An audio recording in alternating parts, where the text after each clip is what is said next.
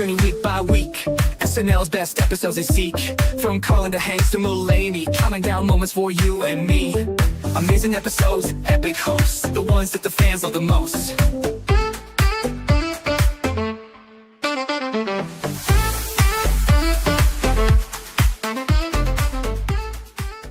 Yes, welcome on in, everybody, to the Saturday Night Network for another edition of our countdown of SNL's greatest episodes of all time. My name is John Schneider from the SNN. So excited to be back with you on this Monday night in September as we are ramping up towards season 51 of SNL, but we still have to get through the rest of our countdown, and we have some really epic episodes that we will be talking about tonight, with 4, 5, and 6 being revealed on the countdown. We are, of course, here as a presentation of latenighter.com, and I got my man Bill Kenny with us. Bill, how are you?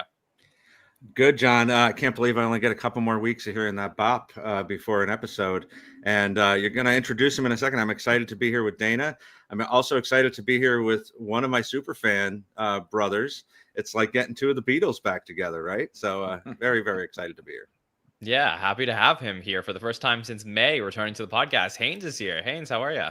Yes, Lauren offered me $1,000 to return as part of this Beatles package. So really excited to be back. Obviously, I'm excited about the new season coming up.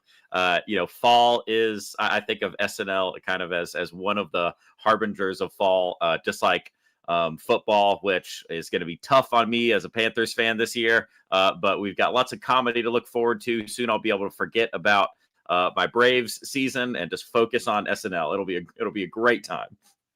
Yeah, a lot happening in the SNL world. We were live a couple times last week with breaking news. The major piece of SNL news since we were last live is just that there are a lot of publications reporting that the rest of the cast, the ones that we have not talked about potentially departing, they all are returning. So we'll see what happens once it's officially been announced by the show. And we'll get into all of our coverage of season 51 as we start to do our preview podcast in just a couple weeks. But for now, we are still here for our countdown. And I'm so excited to bring in one of our amazing patrons, one of the great supporters of the Saturday Night Network, and that is Dana Foreman. Dana, how are you? I am doing really well. Thank you for having me. I'm so excited to have you on the show here tonight. Really excited to get into all of the episodes we're going to be revealing. So, Haynes, Dana, we've been going 13 weeks now talking through all of these different episodes from the countdown that the listeners have voted on. And I'm going to bring our list up on screen, go through it all, and I'm going to get your opinions on how they have done so far. So, here we go. Let's start at 50, going all the way through 7. So first up, we had Patrick Swayze and Mariah Carey from season 16, then Michael Jordan, Public Enemy, season 17, David Alan Grier, Silverchair, season 21, Anne Hathaway and the Killers from season 34, Jerry Seinfeld, Annie Lennox, season 17, Conan and Don Henley, season 26, JT Double Duty, season 38, William Shatner and Lone Justice, season 12, JT and Lady Gaga from season 36, Christopher Walken and Foo Fighters from season 28. That takes us to 40, where we have Alec Baldwin and Pavarotti and Williams from season 24, Sigourney Weaver from season 12, Gosling and Stapleton, season 49, Alec and the B-52, season 15, Seth MacFarlane and Frank Ocean, season 38, Lindsay Lohan and Usher, season 29, Christopher Walken and Arrested Development, season 18, Grodin's episode from season 3 with Paul Simon and the Persuasions is up next, followed by Jimmy Fallon and Michael Bublé from season 37, Sudeikis and Brandi Carlile from 47. Then at 30, we have Will Ferrell and Green Day from season 34, the series premiere with George Carlin in season 1, then Peyton Manning's episode from season 32 with Carrie Underwood, Pedro Pascal, and Coldplay from season 48, Hanks and Edie Brickell from season 16, then Jack Black's episode from last season with Elton John and Brandi Carlile, Hanks and Keith Richards from season 14, Tina and Amy with Bruce Springsteen from season 41, Dawn Rickles and Billy Idol from season 9, John Hamm and Coldplay from season 34, and then in our top 20, we have Kristen Wiig and Ray from season 49, Jimmy and Justin, season 39, Tom Hanks and Aerosmith, season 15, Larry David, 1975, season 41, Candice Bergen, Frank Zappa from season 2, Nate Bargatze and Foo Fighters 49, Mulaney and Jack White from season 43, Marty Short and Paul McCartney from season 38, Sandler and Shawn Mendes from 44, and then Justin Timberlake's Double Duty is at 11. And now we are into the top 10 with George Wendt and Francis Ford Coppola from season 11 with Philip Glass providing some amazing music there. Christopher Walken and Christina Aguilera from season 25. Tom Hanks and Lady Gaga from season 42. And then also from season 42 revealed last week, Dave Chappelle and A Tribe Called Quest. So those are all the episodes on the countdown. Haynes, would love to know how you feel the listeners have done. Well, listen, the listeners have done a pretty excellent job. you know, when you're getting down to 50 episodes out of basically 1,000, these are episodes that we all, as you know, SNL fans, these are ones that we have always talked about, the ones we remember, the ones that, you know, when you're looking for a comfort episode to put on, you know, these are the ones that you go to. So, you know, every one of these is a fantastic episode. There's no duds. You know, when you're getting down to 50 episodes. I do think that Justin Timberlake from 2006, Double Duty, I would actually bump it a little further than where it is right now. And I know that we're getting into some really up closer to the one spot. A little, I'd move it up the list. And I know that we've got some real you know, bangers that we're going to talk about today and that are in front of it. But that to me is just a really special episode. There's maybe even one more on this list that would jump ahead of one of the ones we're going to discuss today. But we can get more into that later. Okay, excited to hear that. Great tease. Dana, would love to know, I know you've been following along for the last few weeks. How are you feeling about the list right now? I think it's so hard to judge an episode as a whole that I kind of don't have many thoughts about the list beyond, yeah, these are all good episodes. For every episode, even the ones that we are going to talk about today, I didn't love every sketch in these episodes today. There were some that I think are like very skippable. So it's really hard to say. So I think that these are all really, really fun, really good sketches with good hosts. As far as the rankings within, it's so subjective that it's hard for me to have much of an opinion. I think that I wouldn't say there's no one missing. There's a couple missing that I'm sure we'll talk about, next week. But yeah, I think that it's a pretty solid list and pretty expected, but covers a lot of bases. Right. And a lot to be talked about, obviously, when we revealed the 3 tonight and then the next 3. So we'll have that full discussion about the 50. We're going to do a special show in 2 weeks from now where we're going to talk about the ones that missed the cut and how this whole came together. So we'll have all of those discussions. But Bill, I'm definitely seeing a pattern here with, you know, as we're getting towards the top of the list, we're talking about, you know, some really special episodes of Saturday Night Live, as well as some ones that are just hitting all the bases, perhaps as close to perfect episodes as you can find from the history of this show. How do you feel about the last few reveals we've made and the way that the top of the list is coming together? Well, I said it last week, and I think we'll see that again as we move on. But some of these are more memorable than greatest. Not that they're not worthy of being talked about or not worthy of being in the top 50 itself. Some feel a little bit high, and you know, we talked about that last week. And there's definitely huge names missing. You know, you can kind of put the pieces together what the top 6 may be if you are a big fan of SNL. And there's some names that are probably not going to make it at all. And I think it's probably safe to say, without knowing the final 3, that Buck Henry's not going to make it, which is insane. John Goodman's not going to make it, I can safely say. So these are big names in the history of the show. You know, do those episodes just kind of mesh together so you don't have a specific episode from that person that didn't make it onto the list? So that, I think that's kind of what we're seeing here. But overall, a fantastic list. Yeah, we'll definitely put a pin in that, because in a couple of weeks, like I said, we'll do one of the segments we'll do is a comparison between the top 50 host list we did last year and the top 50 episodes we did this year to see where each of those hosts had their greatest episode and speak to that. So really looking forward for the next couple of weeks as we wrap out our discussion of the countdown. For now, we have 3 more reveals to make tonight. So very exciting stuff as we head towards number 6 on the list. And this one you knew had to be there. This is definitely an all-timer, one of the defining episodes in the history of Saturday Night Live. And I'm very excited to talk about at number 6, all the way back in 1975, Richard Pryor came to host the show, the 7th episode of the series from December 13th, 1975, with music from Scott-Heron. Just an all-time classic episode of SNL. There's been ones that were episodes that came before it where people said, hey, this sort of feels like this is what SNL is. But I truly feel this is the episode that put the show on the map. The one that was like, oh, this is something that has never been seen before on television. And I'm so happy, Bill, that the listeners put this up as high as they did, because it is a absolutely fantastic episode of Saturday Night Live. Yeah, we talked about him last year on the host list, and one of the few one-timers that made that list. This is very deserving of its spot. I'm very jealous of people in 1975. I mean, the feeling that it must have been to see this name. So, you had these huge names in comedy at this point.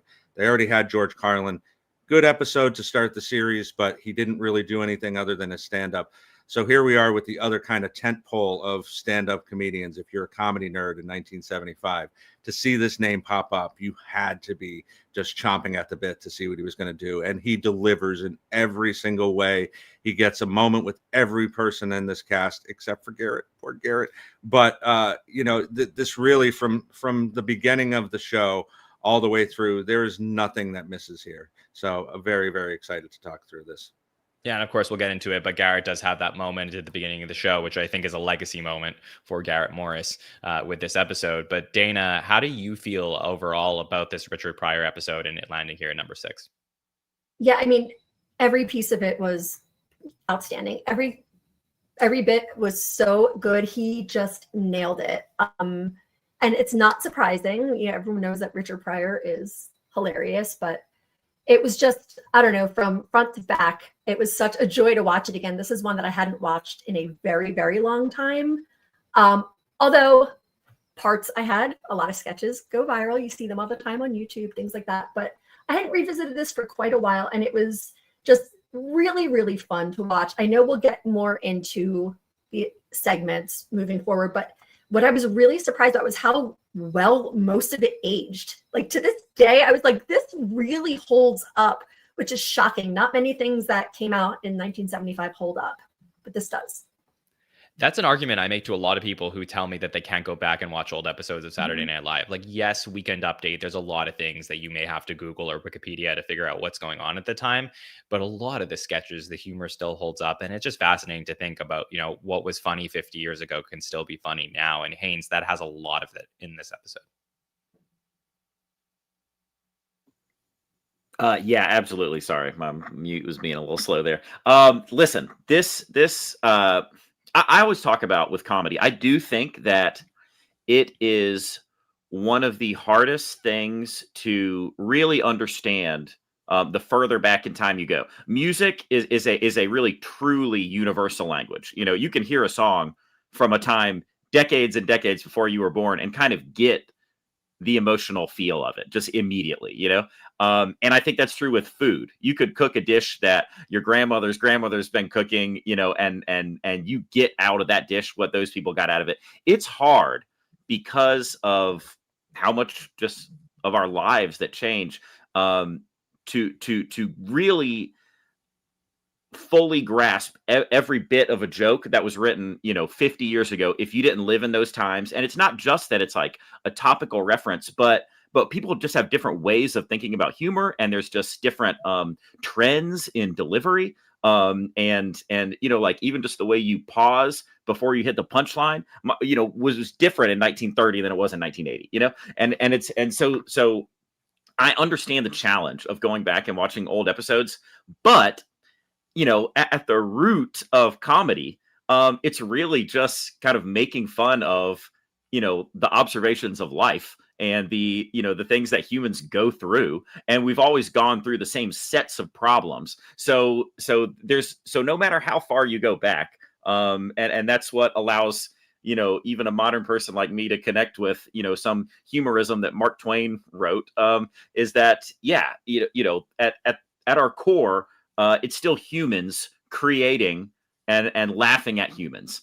So I would encourage people who are scared of going really far back to just take the dive. It will hit a lot more than you think it will. And this is a great episode to do that with. That can be your intro, 100%. So just to contextualize what's happening here with the Pryor episode. So like I said, 7th episode of the series, Richard Pryor is the first Black host that they would have on this show. We have one Black cast member in Garrett Morris. So as far as, sketches about race and racial tension and things like that, we aren't getting a lot of that in the first few episodes, with the caveat being that, sketches and trying to figure out the format of the show, it's still being workshopped even now until December. They probably figure it out like in the Candy episode, and then Robert Klein and Lily Tomlin. Like it's sort of ramping up. But here we have really more of an established format than we did a few episodes ago. And we're bringing in someone in Richard Pryor, who also brings in Paul Mooney as a writer for this episode, which is really important to understand, the writing of a lot of these sketches, who's going to provide other forms of comedy and other places to mine from when it comes to involving Richard Pryor with the rest of the cast. And naturally, we do see that in its most prevalent way in the word association sketch, which is a sketch that I will argue is probably the most viral sketch in the history of Saturday Night Live. This is a sketch that came out in 1975, and I think that even younger generations would have seen it. I think this is like the image of seeing Richard Pryor opposite of Chevy Chase, who has firmly established himself early on as the star of the show, the one who's going to say Live from New York, the one who's doing Weekend Update, is going to be sitting across from Richard Pryor, saying racial slurs towards him in his job interview, where it's a, call and response type of thing, and give your word associated with this word. And, the N word being said on Saturday Night Live, and then the response from Pryor. It is probably the most visually fascinating, jarring, emotional moments that you get in the show. And I think that it comes so early on in the series that for a lot of people, they're sort of numb to it. But for me, every time I watch it, I'm so fascinated with it. And I can't help but starting our conversation on the Pryor episode with that segment, because I do think that this is the most iconic moment from this episode. So Bill Kenny, how did it feel to revisit it here? It feels great because it is, you mentioned Robert Klein and Candy, and there are moments there where it's clear that this isn't going to be Laugh-In or Sonny and Cher or Captain and Tennille's show or anything like that. But this is where it really kind of cements it, right? Where it's just like, oh, okay, they're going to say that on TV. And that had to be shocking to people in 1975. It's still shocking today, even though Chappelle has gone on and said it. To hear a white person say it would never, ever happen today. So that's probably the part that would never be able to get on air today. But yeah, I mean, it hits from every mark, and the escalation, the key to this, where they start with certain words. I mean, we can't talk about most of the words in this entire sketch, but from where it starts to where it ends, and him ending up giving him the job for, 3 times the amount, I think it was, of the highest paid janitor in America. Pryor's lip trembling as he gets madder and madder is just one of those unspoken moments that is fantastic with this sketch. So yes, to have the biggest star on SNL at this point with the biggest comedian in the world, arguably, was a very, very big moment in SNL history. And you'll notice that we have a very full rundown here for this episode. And that's very common in season 1 episodes, where they stack a lot of segments into an episode. But in this particular episode, there's a lot of jokes that happen very quickly. It feels like Richard Pryor has an influence on the episode in terms of, like, you see it in a stand-up, but you also see it in the sketches that we'll talk about. And it really ramps up in this word association sketch, where obviously we get to a peak of just like tension and anger. And then, I'll do anything. I'll make you, have $15,000 and you'll be the highest paid janitor in America, as Bill said. So I think that all hits because of the vibe that Pryor is bringing to the show. Dana, I would love to know how it felt for you to go and rewatch the sketch. Yeah, it was, I hadn't watched the full sketch in quite a while. I feel like that one clip shows up a lot. But it's been a while since I went back. And yeah, I mean, really what I thought was kind of what I had already said, that it really truly holds up. Not necessarily the language, like you're saying, can't say the language, but in general, the humor holds up. I also, you'd mentioned his face twitching. That was just amazing to me. That was just masterful. His face twitching in anger. I don't know. I just thought the entire thing was so well done, so funny. I really wonder, I mean, I really like how it ended up with Chevy basically being like, you win, you're right.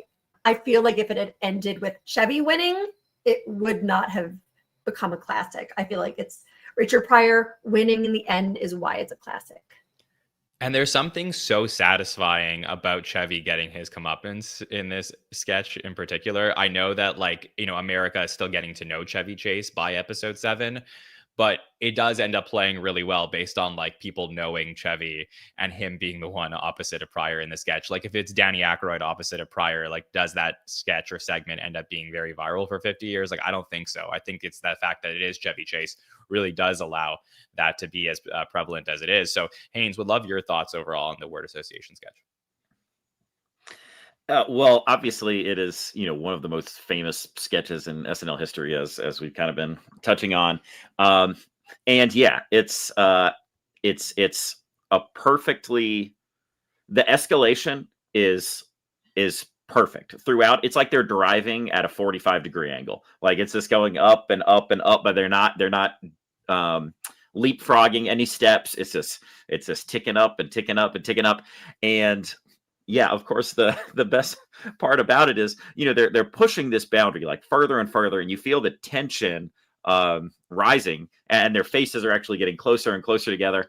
And then Chevy does this, what I have to imagine, even in 1975, do this thing that was unthinkable, happening on television, and he takes this step, and there's almost kind of a gasp. Like you cannot believe what you're witnessing and what's going to happen next. And then to end it the way Pryor does, just with the big dead honky, like that is this. It's like Chevy, his character still thinks that he's got some sort of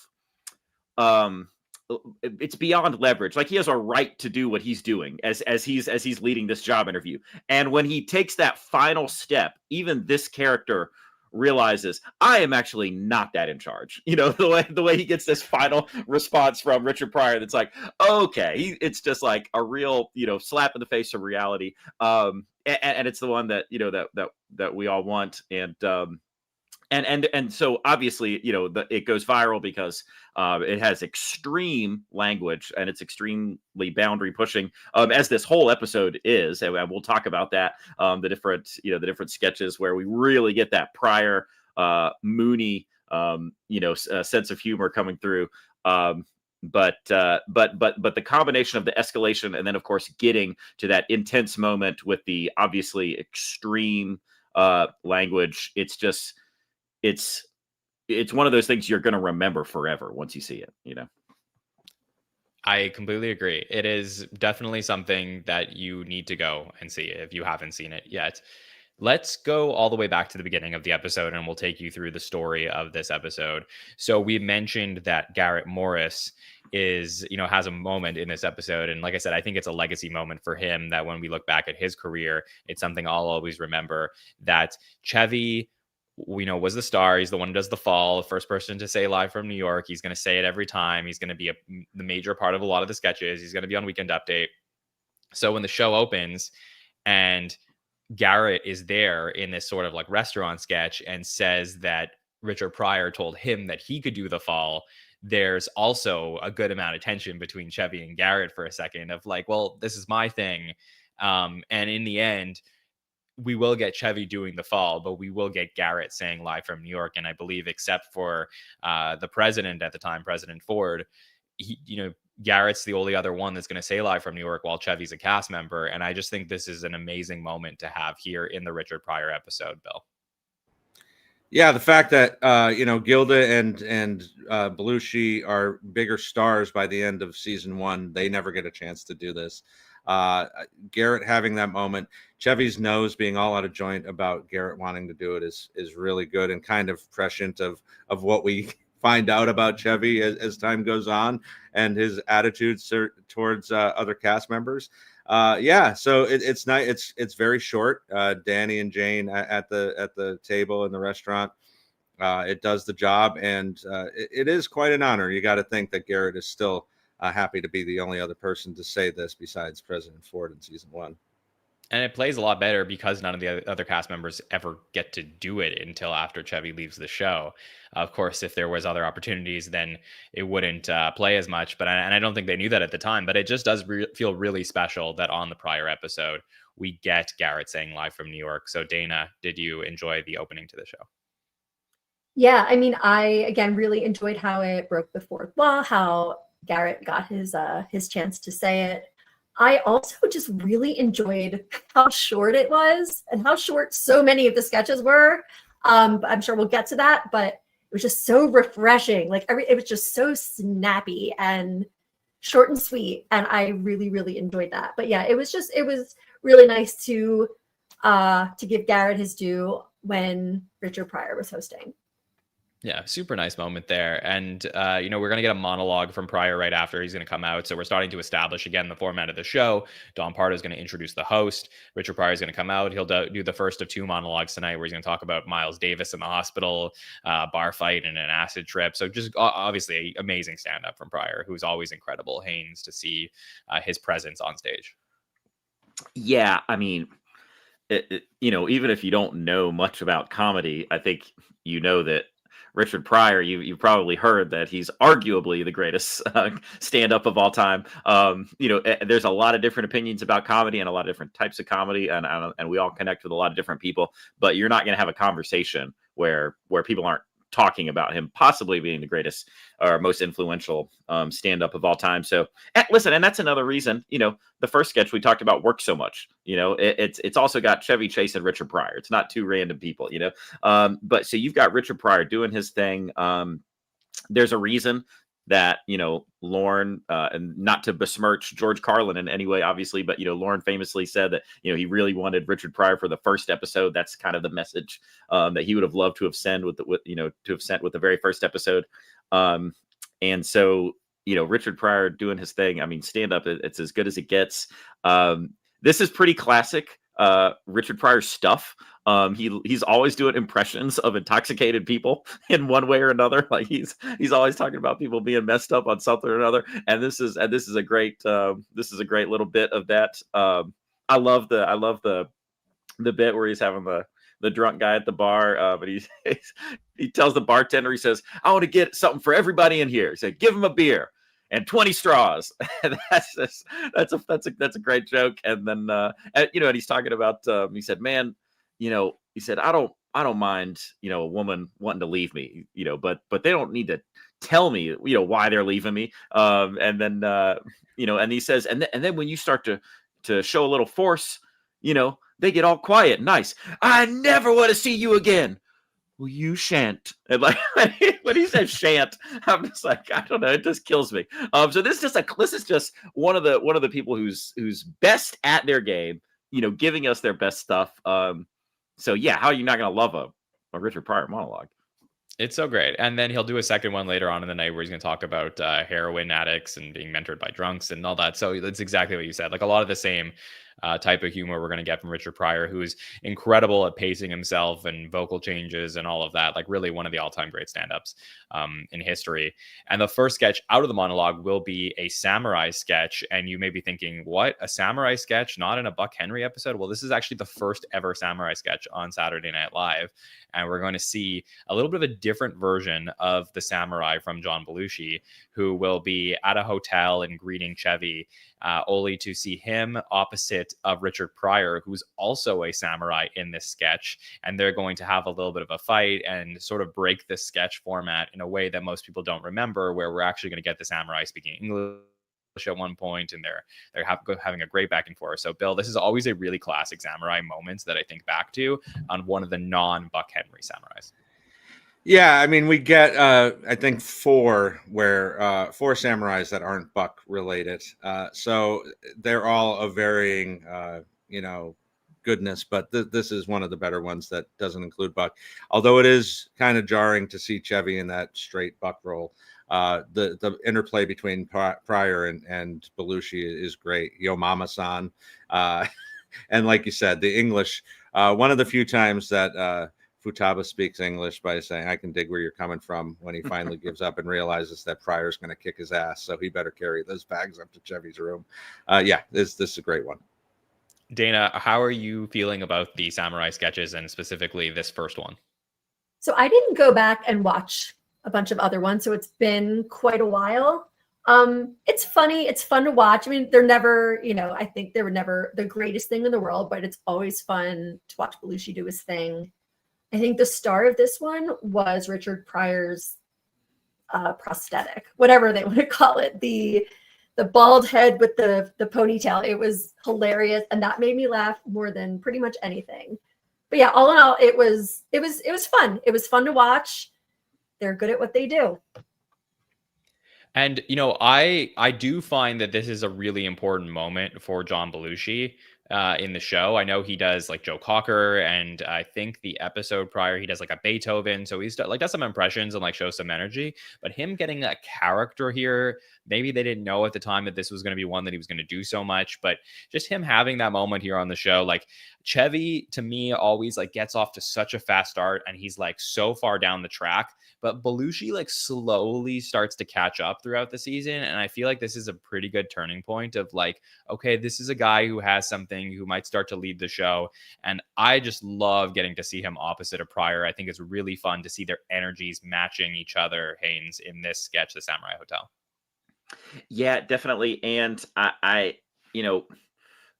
think that, you have a little bit of a dry spell of like hard laughs as they're kind of setting up the situation, coming into the hotel, and before we start to have the basically the battle over who's going to take the bags upstairs. So and I think that some of these sketches can be like that a little bit, where it feels a little slow to start. The fight as they're starting to argue with each other, and this is just being like overly critical because that's kind of what we do. Like, it's not, that escalation isn't paced as perfectly as the escalation we talked about in the word association sketch, but it all pays off in the end with the line that Bill said when we get to hear Jim Belushi, his character, finally speak English. That makes it all worth it. And the fight is fun. It's a little bit fun, but it's a really great line. The fact that obviously we wouldn't understand it if he didn't say it in English, but there's an additional layer of humor there, because when he comes into his English, it's almost like it shows another level of humility. Like he's kind of being, beat down again. And obviously you're hearing that in his tone and stuff, but he just delivers that line really well. And it's a great end cap, and it, certainly makes the whole sketch worth it, I think. Yeah, it totally does. This will be followed by a performance from Scott-Heron, a jazz singer and poet from the time, who performs Johannesburg, and then A Lovely Day at the end of the show. Really nice music here on the first in season one, like among some of the great music that we're going to get early on in the show's history. And then we have a sketch called Looks at Books, which is a title they'll use for like a lot of sketches in the early era.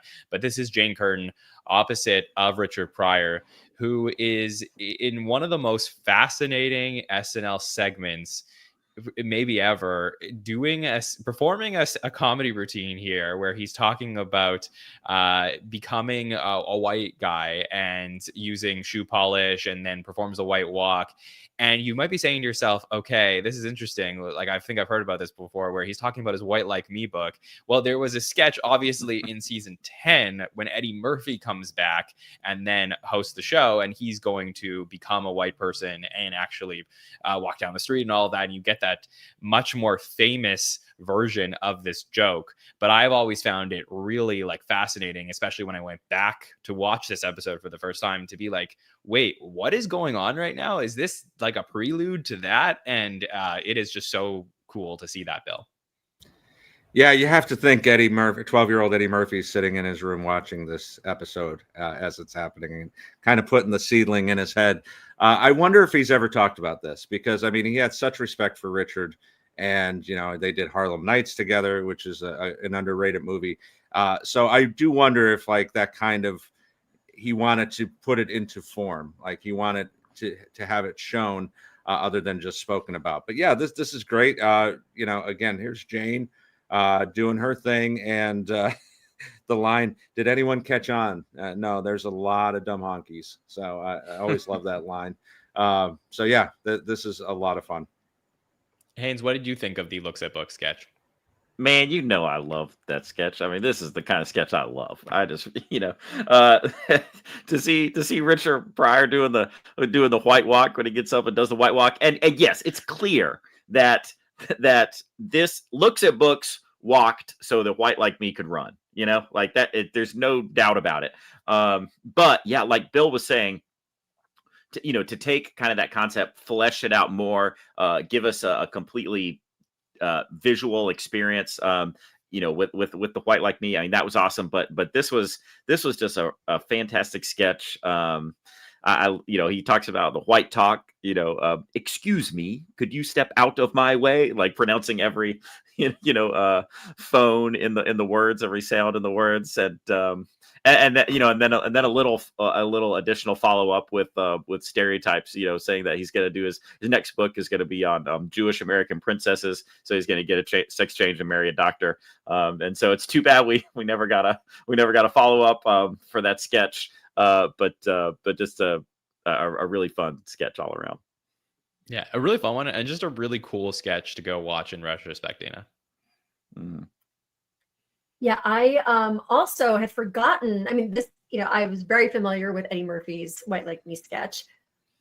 And when I heard him say that, I was just like, I was very excited to make that connection. Yeah, I can't imagine it's a coincidence. So that was really exciting.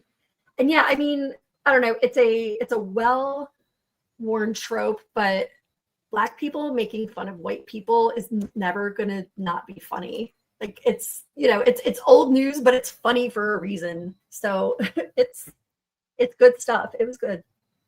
Yeah, I really enjoy this one always. And then we have a runner that's going to take place throughout the episode where it's going to be a series of police lineups where you hear Gilda Radner as a voiceover talking to the police officer trying to identify the culprit. And first up, we're going to see Chevy as a businessman, next to Belushi as a doctor, Richard Pryor in handcuffs, and then Neil Levy as a scout.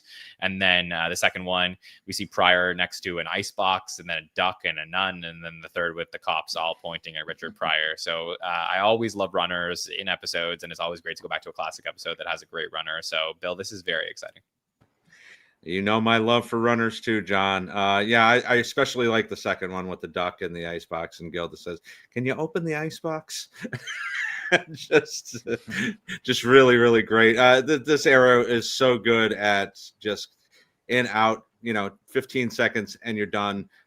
So yeah, we're seeing that all night, even with some of the sketches that are only going 2 or 3 minutes. So this is a really good really good lineup, a really good runner with lineup. Yeah, and I think this is one of the Paul Mooney sketches that he brings to this episode. Dana, anything you got on the lineup? Just that this is another example of topical and timely humor back then that still aged so well. Unfortunately, it still aged well. You'd hope it hadn't, but it has. So just, again, it was like the timelessness of this episode is just really pretty remarkable. I agree. I don't know if we lost Haynes, but Haynes, hopefully will come back with us. It looks he was a little frozen there, but yeah, maybe he's posing for a lineup right now. Okay, let's keep going. We got one of the Tom Davis and Al Franken Pong sketches, which is, I don't know if there's much to go on here. Basically, it's the voiceovers and them talking about hockey. And yeah, I mean, these never really did too much for me, Bill. Yeah, I mean, it's really the only thing that's more 1975 than SNL is Atari and Pong. So I think you have to be kind of in that. The fact that they did this 5 times is just insane. But there's not a whole lot here other than hearing these very famous voices in retrospect and Franken and Davis. Yeah, it's really cool to hear them, especially knowing that they would go on to such amazing things at the show. But they really just do sound like those 2 college guys from LA just hanging out at the dorm, chatting here. So it's always like a fun little insight into the beginnings of Saturday Night Live when you see this Pong sketch. I should also mention there's a couple segments. So we passed the word association sketch, and then there is a repeat from the premiere of the New Dad commercial that we talked about from the George Carlin episode. So that one's in there too. And then we're going to get to a sketch that features more of the cast. So this is the Black family and white family sketch where we're going to see Jane and Danny and Gilda and Belushi all sitting around the table, and Danny's talking to the family about how the neighborhood is changing and there's more Black people there and just things are changing all the time around them.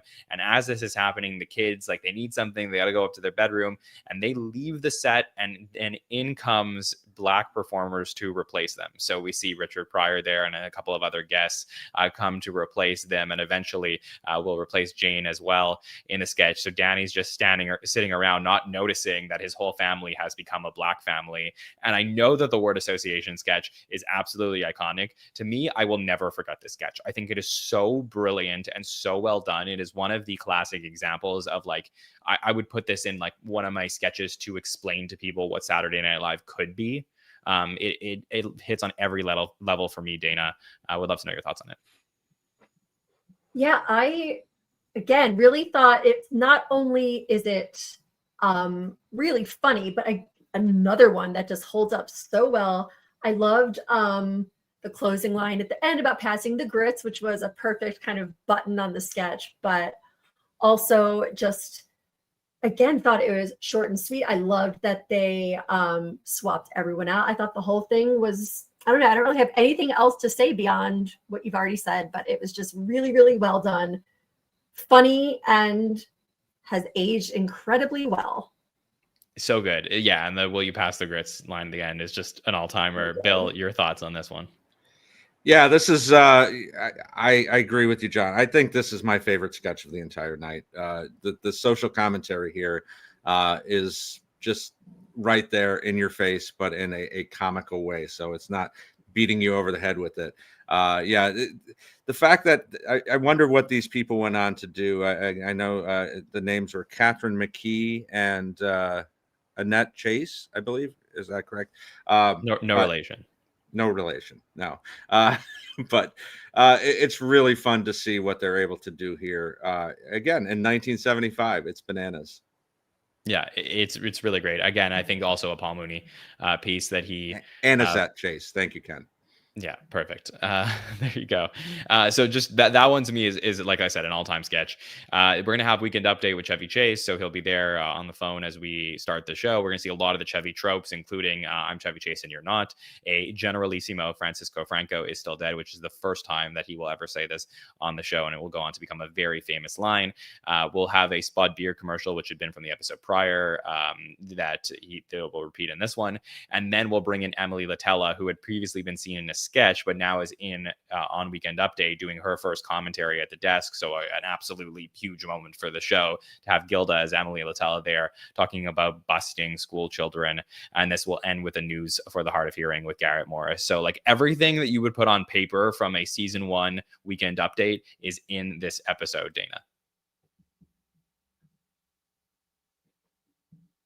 Sorry, it was a glitch for a second. Did you? Yes, I'm coming to you. Just wanted everything you would expect to hear in this episode. Yep. No, that's exactly what I was thinking when I was watching it. So a lot of, especially when I go back and watch older episodes, I usually don't watch episodes. I watch it piecemeal. I'll watch it on YouTube and I'll pick out pieces. So I don't always have like the full continuity of an episode. I don't really necessarily understand it. But this one, I was like, wow, this could have just been like the best of season 1 on Weekend Update. It was everything that I would have expected to see if you'd put together a compilation of what I think of just the kind of iconic Weekend Update guests of season 1. So yeah, I think it was really, really fun to watch. Yeah, and it's so great to get Emily Latella, at least at the beginning. I know we're going to see her every single episode, but like if you take your head into a time and place where we didn't know what was to come, this was nice, Bill. Yeah, first of 25 times at Weekend Update. So not too much in that era, right? This is very good. The Spud beer is one of the better pre-tapes. Getting to see Zy Bell and a couple of the other writers in it, and them coming back from the break and Chevy's singing the Spud beer theme song is really, really fun to me. But yeah, I mean, Emily Latella, listen, I mean, people have come to hate her because they're watching these episodes back to back to back, or, they're binging SNL and they see her, 12 times in a row. If you were watching this in real time, that wasn't the case. So you were probably very excited to see her come in. It's not one of her better, the busting school children. It's not one of the better ones, but it's a good start for her. And then after Update, we're going to get one of the great blackout sketches where we will see Richard Pryor going to talk to Danny Aykroyd, who I guess he's enlisting for the army. and he's there preparing him, and he's getting ready for the mission, and he explains everything he's going to need, and he says, take that pill, like as in take that pill with you, but he misinterprets it as take that pill, and he pops it in the L pill, which is kills you in 20 seconds, and this will result in him killing himself. And it is so quick but so brilliant. I love this one, Bill. Yeah. As soon as Danny turns around and says that, you know what's coming, the look on Pryor's face, collapsing onto the ground. It's so quick. There's not a whole lot to talk about here, but it's very like Python-esque with its quickness and getting the joke in, hitting and walking out. Yeah, Dana, it's extremely well acted, but it's so well paced as well. Again, like so short and sweet and so funny. Just, there was nothing unnecessary in it. It just hit all the notes. It came in and it bailed. I also like that I think it used the same set from the word association, I think. So that was also cool. Just noticing those things. Yeah, in the early days, they would do that pretty often. Like they'd have like a living room, and then they would use the same set for multiple sketches, or even within the same few episodes. So it is just the sign of the times there. But I thought that was cool, given how iconic the scene of word association is, that it'll come into play later in the episode. Something that isn't so quick is the Land of Gorch, which is rough for everybody. I know. I'm sure there's some Land of Gorch truthers out there, but this is the 7th Land of Gorch that we'll see. We'll see them in every episode at the start of the season. This will be followed, or it does follow the Lily Tomlin one, which like I said, are the ones that I could really back as like the relationship between Lily and the like adult Muppets or whatever they are. And then, of course, when Lily will host the first episode of season 2, she'll end up putting them away for good. But this is one where we're going to see Scred and Plubis go visit the Mighty Favor. And I don't know if we really want to get into this. So let's just keep going. But yeah, this does exist here. We do get another sketch after that, which is the Exorcist 2 sketch. So a lot of one of the tropes of season 1 of SNL is they will do a lot of movie related parody. And this one this time we'll get an Exorcist sketch where we're going to see a guest actor, Thalmus Razulala, I think he's on One Life to Live at the time. He'll come in as a priest alongside Pryor, Lorraine as Regan, who's in the bed. And they'll go up there to go and try and help. And she's there, and they're trying to help get that demon out of her, and it will result in some great comedy with the bed and all of the back and forth with Regan, and a great role for Lorraine. So Dana, how did you feel about the Exorcist sketch? So first of all, I loved the production design. I think that the set looked really good. I think that especially in nowadays they can throw that kind of stuff together, but back then I think it was really just well done. I thought Lorraine was outstanding, and whoever was doing her demon voice was also outstanding. They coordinated that really well. The bed is on my foot is a soundbite that has been in my head, and I didn't know where it had come from. And it's something I say whenever I accidentally put a piece of furniture on my foot, and it's like, oh my God, this was where that came from. So, it was just really, really fun. He was, of course, really fun, but I was also just very impressed with Lorraine. The whole thing was just really, really, really enjoyable. Yeah, it really was. It was really good. I'm trying to remember if it was, I know there was a couple moments where like Lorraine argued to get herself into sketches that I think were originally going to go to Gilda, and this may have been one of them. But yeah, she has a great role here. Haynes, do we got you back? Would love to know your thoughts on this one. I hope so. Exorcist is really funny. They've got the early joke where Pryor leans in, and then I think she just has really bad breath. It seems like he recoils at just like really horrible breath that she's got, which is a funny way to start. But you've got Pryor's priest character is like trying so hard to be nice, and in fact, he's not even really trying that hard. He's just doing it, despite like how mean and evil she is, and she starts being flat out racist. And he still is like genuinely just trying to be on this person's side. And then, of course, we get to she crosses that unforgivable boundary, that point of no return, where she talks about his mama, and so obviously he snaps. The other priest, who seems to be the kind of more senior priest, we'll call him Pryor's character's like mentor or something. And then he's trying to even like pull Richard Pryor's character back, and show some grace. But then of course, she tells him that his mama sells stinky socks or something like that, and so of course he snaps, and has to wring her neck. It's a funny sketch top to bottom. And I think just a lot. The Exorcist was just so in back then. Yeah, definitely. I mean, we're going to say, like I said, we're going to see movie parodies throughout the entirety of season one, but this is a really memorable one, Bill.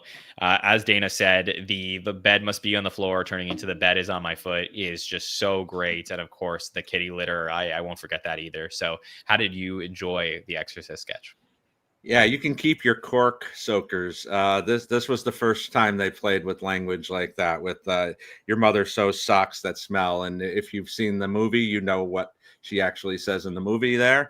This is great. A highlight for Lorraine over her career. And Thalamus, not only on One Life to Live, but I knew him from What's Happening. He was Raj's dad on What's Happening, also on Sanford and Son and Star Trek The Next Generation. So quite a prolific career. Glad to see him get some time here on SNL. And I mean, Pryor wanting to walk out of the room is one of the great moments in this sketch as well.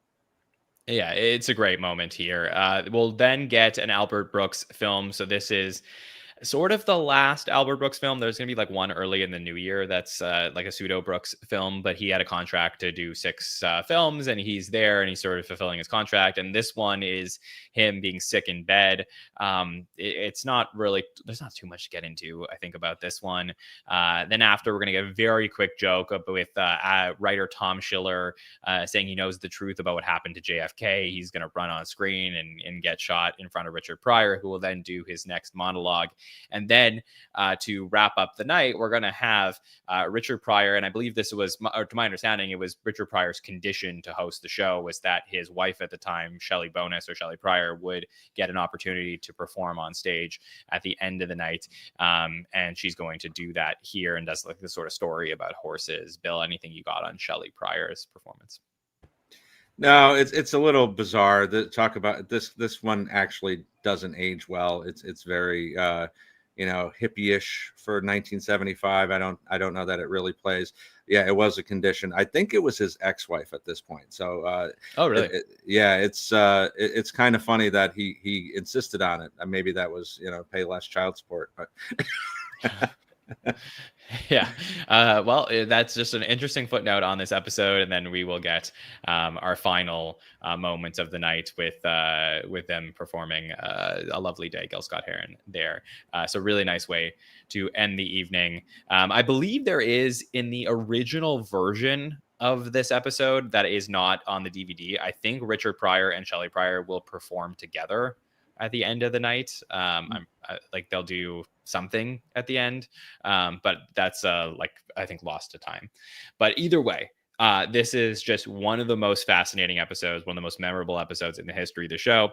This is my weekly thesis where I will say, especially as we get to these single digit numbered episodes in the countdown, that I definitely separate between best and greatest. There's a lot of amazing sketches in here, but the greatness of this episode cannot be understated. The fact that it aired when it did, how important it was to the franchise, I think is such a factor in it being in the top 10. And I think this totally deserves its place here at number 6. And you could argue it could be even higher. So I think this is a super great thing that the listeners did by putting this one so high up on the list. Bill, let's get your overall thoughts now that we've gone through it. Richard Pryor's episode number 6.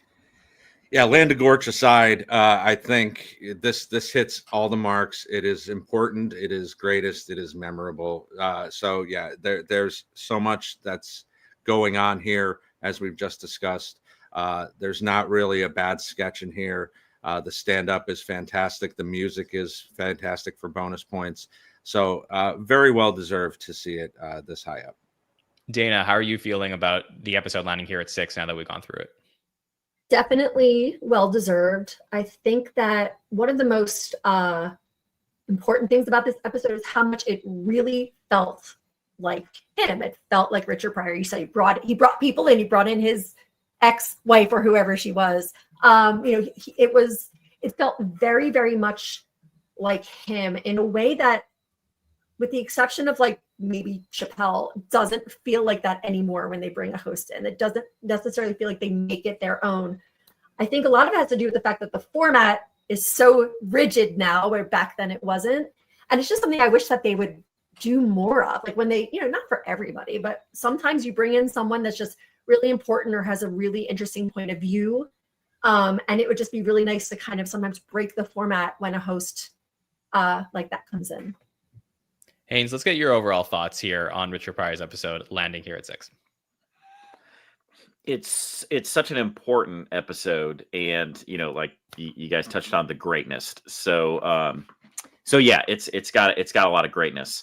I mean, it's Richard Pryor, like you said, at this moment in time, this time in the season, in the first season, when the show's still trying to establish its identity, and obviously Richard Pryor's just influence in general through his stand-up, but this is just another avenue for him to reach more people, and kind of share his messages and his take on life.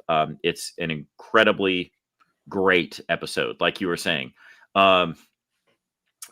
Bill, I had the exact same thoughts about Shelley Pryor's thing, but literally the first thing I thought was, I was like, it's a little too like hippy dippy. Like it's like she's going for like a Joan Baez thing, but she's less poetic, and it's not as good at as those kind of vibes. And it's a little too quirky. Like she's like a little too Sharon Lois and Bram about like her like fingers and stuff. And like, I don't know. It's just kind of strange to me. But and I'll be honest, and this is a bias perhaps that I've had all my life since I was 10 years old. I'm seeing this guy in movies and stuff. Albert Brooks never hits for me. I'm obsessed with his father. Albert Brooks is not. And this in particular did not. It dragged on so long. It's such a waste of time. It's a greater episode than like the Chappelle Tribe Called Quest episode we have at number 7. But in that episode you don't stop laughing. This has moments where you stop laughing. And I just didn't. I mean, I get what he was going for with that piece, and we don't need to spend my whole idea about this episode shouldn't be linked to just this Albert Brooks film that I didn't love. But he's talking about the low-fat chicken and the regular chicken. I can't even tell the difference. Why do you have both? How did you even get both? Did you order the low-fat and the regular? I don't know. It doesn't make sense to me. Anyway, but the episode overall is a great episode. As you said, it is great. It is full of greatness, for the reasons we've discussed. And so it definitely earns a spot in this top 10. And that's why I think, you can argue that the Tribe Called Quest Dave Chappelle episode is a better episode of Saturday Night Live, but I would still say that this is a greater episode of Saturday Night Live. And there's just, but marginally. So there's interesting differences when you get to these all-time great episodes. All right. So Richard Pryor, by the way, I want to ask, is anyone else surprised that Richard Pryor never came back to host again? I mean, he hosts so early on in the series. Like, you would think that they would try and get him back at some point in the first 5 years, right, Bill? Well, yes, you would think like within the first couple years, but pretty soon hereafter, he's going to have the drug problem, setting himself on fire. I think that was in 79 or 80. So his life kind of takes a different turn. But yeah, I mean, it would have been something to see him come back in the 80s when he was having his resurgence, to have him come on the show, with the second golden era. That would have been something to see. Yeah, it's just an interesting thought experiment. So Richard Pryor is going to appear in 12 segments in this episode, which is one of the all-time highest in the history of the show. The people that have tied him are double duty hosts or former cast members that have come back to host. So he's just really all over this. This is the Richard Pryor episode, and it is a fantastic one. And that is only beat by the person who holds the record for the most segments in the history of the show. No other host, no other cast members have ever gotten more than 13 segments in the history of the show. And that will be the episode that is hosted at number 5 by Betty White with music from Jay-Z. We're going to head forward in time to May 8th, 2010, season 35, episode 21, for when Betty White has been demanded that she must host this show. The Facebook people have spoken. There was a group. There was a rally. I was there. I was a part of it. I said Betty should host the show. And it was one of the most fun nights I've ever had watching Saturday Night Live. And I'm so excited to talk about Betty's episode. I'm going to go to Dana first. Let me hear your excitement to talk about Betty's episode here at number 5. So I think I mentioned this last time I was on the pod, but my SNL fandom has kind of ebbed and flowed. And this came during a time when it was ebbing. Yeah, so I wasn't watching regularly. I would, sometimes catch up on YouTube the next day if I heard something was funny, but I wasn't watching on a very regular basis. But this is one that I watched live. I think this is one that everyone I knew pretty much was like, oh, we have to stay up and watch this. And I know we'll get into the specifics, but she especially just delivered more, she met every expectation and exceeded them. She was so wonderful. And it was just really such a fun time and such a lovely tribute to her, to Betty White. It was just really fun to watch it again. It's amazing. It's Mother's Day and they're bringing in the perfect person to be a part of this. Haynes, I love every minute of this. I can't wait to dive in. What are your overall thoughts on it? Yeah, I mean, this is an episode that gets talked about, especially as a top episode. I do think that, we experience some recency bias in general with these kind of lists and discussions. So yeah, big things from the last 10 and 20 years, I think, come up a little bit more than stuff from 40 or 50 years ago. But it's absolutely a top episode. There's no doubt about it. And I mean, Betty White she's such a character. She's so charming because you could see her kindness and warmth come through even when she's being mean and snarky. You could tell that she's just a really smart and caring person. I mean, she was doing comedy, 40 years, before I was born or something. So she's amazing. And Jay-Z was cool. I would say this is just a hair after maybe Jay-Z's peak. Maybe it is Jay-Z's peak. I was going to say maybe just a little bit after. But it's fun to have him on.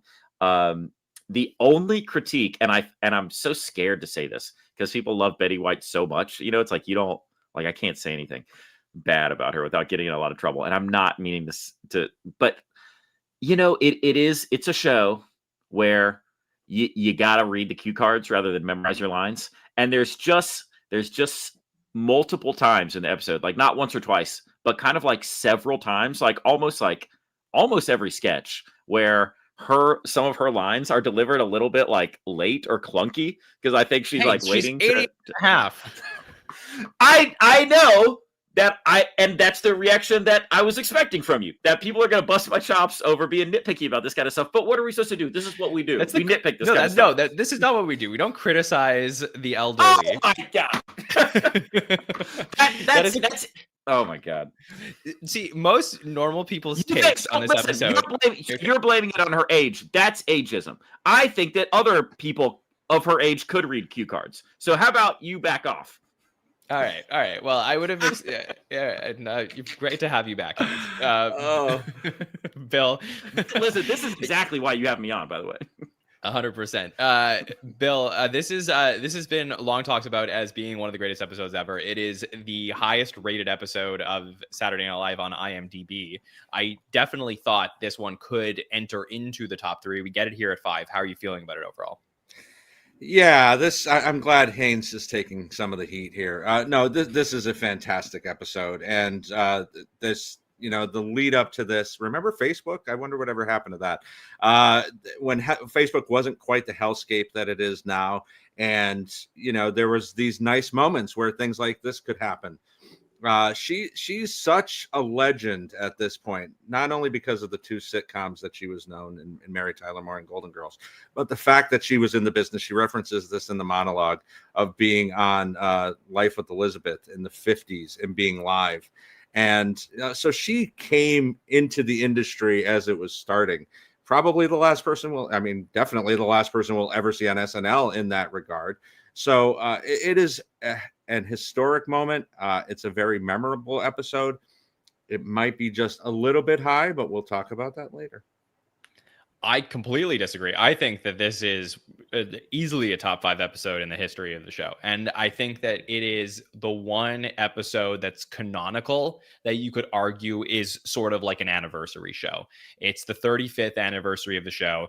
It is a celebration of the women of SNL who had never been celebrated at the show. Like, would it have been even more? I mean, like, I think the only thing you can do to make this episode more epic is have brought in some of the women in, like Jane and Lorraine or Jan at the time. Like, if you had them there, I think we're talking about like the number 1 episode in the history of the show as a result of them missing from this episode. And I know that some of them will appear, even Sherry O'Terry will appear at, filmed, I think the same week they filmed like a Women of SNL special and did like a Real Housewives sort of parody. If they had all appeared in this one, I think that there's no argument. But beyond that, what we do get from here is probably the greatest single episode performance from any host in the history of the show. And a huge celebration of the women of the show. And I think for those reasons, it is an absolute top 5 banger. So I can't wait to dive into this one. And let's start with the Lawrence Welk Show opening, where we're going to have Lawrence Welk Show's tribute to Mother's Day. And right away, this feels special because you're going to see an appearance from Tina and Rachel and Molly all there. Will Forte, who right at the end of his SNL career as a cast member is going to get this highlight moment with the women there who start singing to Betty White. In comes Amy as Janice, Maya as Peggy, Anna as Clara, and then Dunice, who is having so much fun. And this is just a great mix of like celebrating how the show has started to embrace the women in their, leading the comedy, leading the cast. And then we also get, a tribute to Betty White where they're saying, "We love you" right off the bat. And I think this is just so great. I'm so happy that, in 2010, we're right in the middle of like 2 political administrations, but like right in the middle, between Obama's first term running there and the second term. So there's not like really like a presidential election to be talking about, but I'm just so happy on this very special episode that we get a cold open that matches the vibe of the episode. So Dana, I love how they open this one up. Yeah, I always loved Kristen Wiig as a performer, was not a fan of many of her recurring characters, but for some weird reason, I always liked Dunice. So first of all, probably one of the few Kristen Wiig characters that I am happy to see. But yeah, it was just, I don't know, this I had the same thought when you were talking about the anniversary shows. I was like, there's so many sketches in this episode that we saw in the 40th or 50th. It really did feel special. And this was one of those first ones. It was really, really fun to see, everyone show, not quite everyone, but a lot of the women alumni show up in the cold open. I will say, and this is kind of one theme that I have throughout, is that I do wish that the current cast had gotten a little bit more visibility, with the exception of Kristen. Like the rest of them were hardly in it, although that's kind of par for the course that entire time, sort of. But yeah, I think just in general, it was such a fun cold open. It was just such a fun celebration of Betty White and all of the women that were there to celebrate her. It was, just really fun. Yeah, I mean, I gotta be honest, I kind of am okay with the fact that like we didn't get that much of the cast. I mean, they're gonna appear later on in the Scared Straight sketch. We're gonna get them all in the digital shorts, so they will be in the episode, but we are dealing with a slightly smaller cast than what we have today. And we're already 20 episodes into the season where they've all had their time. Like, to me, this is a night all about Betty White and the people that are there to support her. And I don't know, there's just something so compelling about it's not just a cameo fest, it just feels like a true celebration celebration the entire time, Bill, and it starts right here with the cold open. It does. And one of these things, sometimes when we get cameos, this many alumni cameos, they'll be from the same era. So getting to see in this episode specifically different eras of women and the mea culpa to the way women were so terribly treated on the show for so many years, kind of celebrating, like you said, John, like if Jane and Lorraine and Jan had been there, that would have been Nora, like that would have made this all time maybe number one.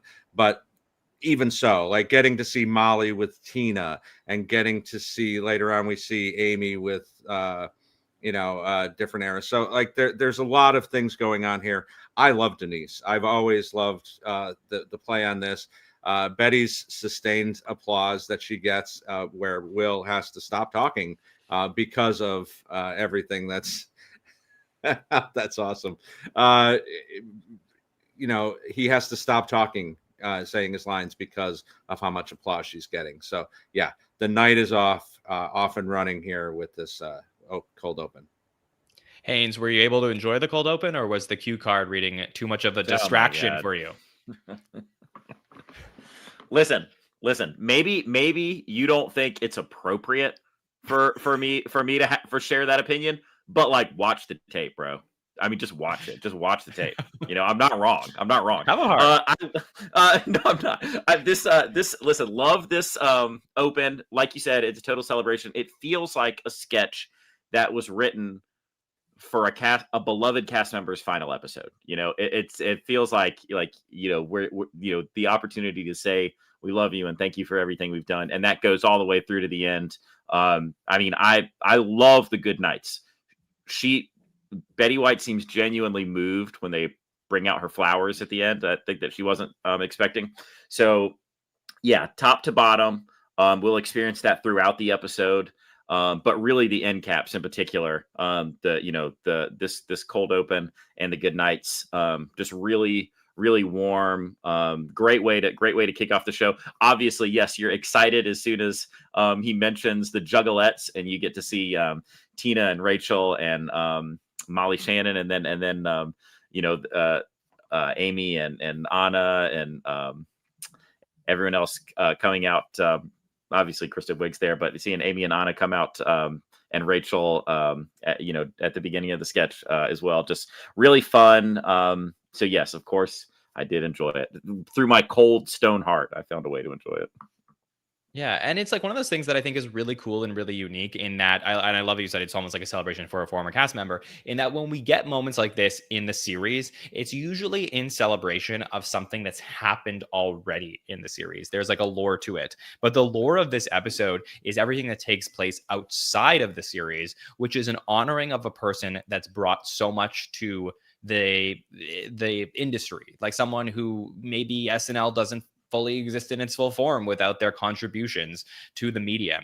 And I think that that's what's so wonderful about this and why people have, fought for other episodes like this since then, including like a Carol Burnett or a Dick Van Dyke, which, these episodes probably won't happen now. And then the Betty White stands on its own. But still, it is so amazing. And she comes out for the monologue. Seth Meyers wrote this monologue with Betty White, and it is one of my favorite monologues of all time. I remember watching this episode, a huge watch party I had for this one with a lot of friends, and I was dying at everything she was saying, talking about her age and how back then they didn't want to do their shows live. They just had no choice. Nobody knew how to do TV without it being live. And I don't know what this show's excuse is. So making fun of the show, thanking Facebook, saying, it just sounds like a huge waste of time, which is so funny because all the young people were on Facebook at the time. It wasn't for the older people. And then, talking about how connecting with old friends and how she needs a Ouija board to connect with them. And of course, the mini jokes about being poked on a hayride. This is, to me, an absolutely brilliant monologue. I think it stands up as one of the greater monologues ever. So, Bill, I love getting to see Betty White at the height of her powers coming out here. Yeah, when I go back and watch this monologue, it always reminds me that we used to poke each other on Facebook. So that's sad. But no, this is great. From the beginning of it, it's great to be here for a number of reasons. Talking about they didn't know how to tape things, so that's why they did it live. So why the hell are they doing this live? Yeah, I mean, to SNL has been good with honoring parts of TV history. It's worked sometimes like this, sometimes it didn't. Milton Berle, things like that. Sid Caesar was a very good one when they had him on in the early 80s. But this really kind of encapsulates everything, bringing all these generations together, people who don't remember the 40s and the 50s and the 60s, having somebody like this come on, and she's still with it. Like, this is not trotting out Broderick Crawford in a chair. And she shows this all night, cue card reading aside, Haynes, that she's able to really be in the moment. So even if she is struggling with some of the lines and things like that, she's not out there as a prop. And right from the monologue, we get to see that. Yeah, and let's not forget that we're not talking about that tonight, but 5 years later at 93, she will be making out with Bradley Cooper in an SNL sketch. So she still has more to come in her SNL career. Dana, your thoughts on Betty's monologue? Yeah, I mean, it's just, I don't know. It's just, she was funny. She was charming. She was likable. The hayride callback at the end was fun. Yeah, I don't really have much else to say beyond what you've already said. She is just so charming, so funny, and it's just really fun to watch. I don't have anything else insightful to say about it. It was just a good monologue. No, that's great. And then we're going to get another runner. So we got one in the prior episode. We're going to get a runner here in this episode. And that is the MacGruber sketch, the last one for Will Forte in the cast. And he's going to be there with his grandmother. So the first one that we see is he's working with his grandma now, who's saying, you should be saying please and thank you and giving him orders and saying, talking about he used to finger paint with his poop and his micro penis and all of that. And then he just blows up. He says, shut the hell up, you old lady. And then, of course, it'll explode. And then the second one talks about him losing his street cred, and Nana's gonna play with him, so Nana's gonna play dead, and then he's gonna check her pulse and she's faking dead. And then the third one, which is the more memorable visual from this episode, is how he's gonna apologize to his grandmother, saying he loves her and how it's just a shame in our society that you can't marry your own grandma.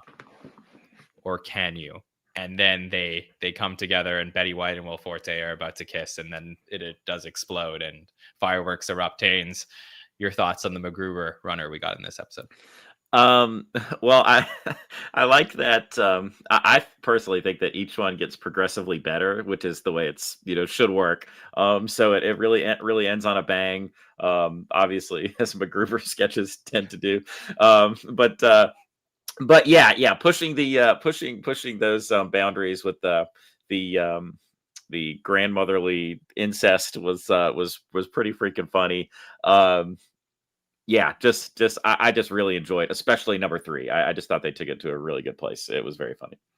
So good, Bill, to see this great MacGruber runner again. Forte's gonna have we didn't know he was leaving at the time. He's gonna have sort of a so-so final episode, but oh man, to get this at the end, so good. Yeah, I kind of wish. I mean, I know we get the movie, the TV show, and he brings it back when he hosts. I wish it kind of ended here, because this was the perfect ending to this series with him and Betty White, and Kristen does great here too. Yeah, I mean, MacGruber, it's taken on a life of its own with everything else that's gone on around it. But this is one of the better runners for sure. Yeah, Dana, and just that visual of, I know, like I said, I know that Bradley Cooper is going to kiss Betty White, but Will Forte and Betty White about to go at it here. It's so good. It's so good. I've come to realize this the past few years, and I wish it wasn't true, but my sense of humor is just dumb. I like things that are dumb, and this is dumb, and it's just right up my, it's so stupid and silly, and I love it. So yeah, I don't know. I like the MacGruber sketches in general. I haven't seen the movie or the show or anything, but yeah, this was fun. And I feel like they had, I remember even back then thinking, of course they're going to have her making out with someone. They have to do it. It's just something that is, yeah, Betty White, you got to make her make out with somebody on the show. But yeah, good stuff. And yeah, I didn't realize that this was the last one. So it's a good note to go out on, even though they did bring it back.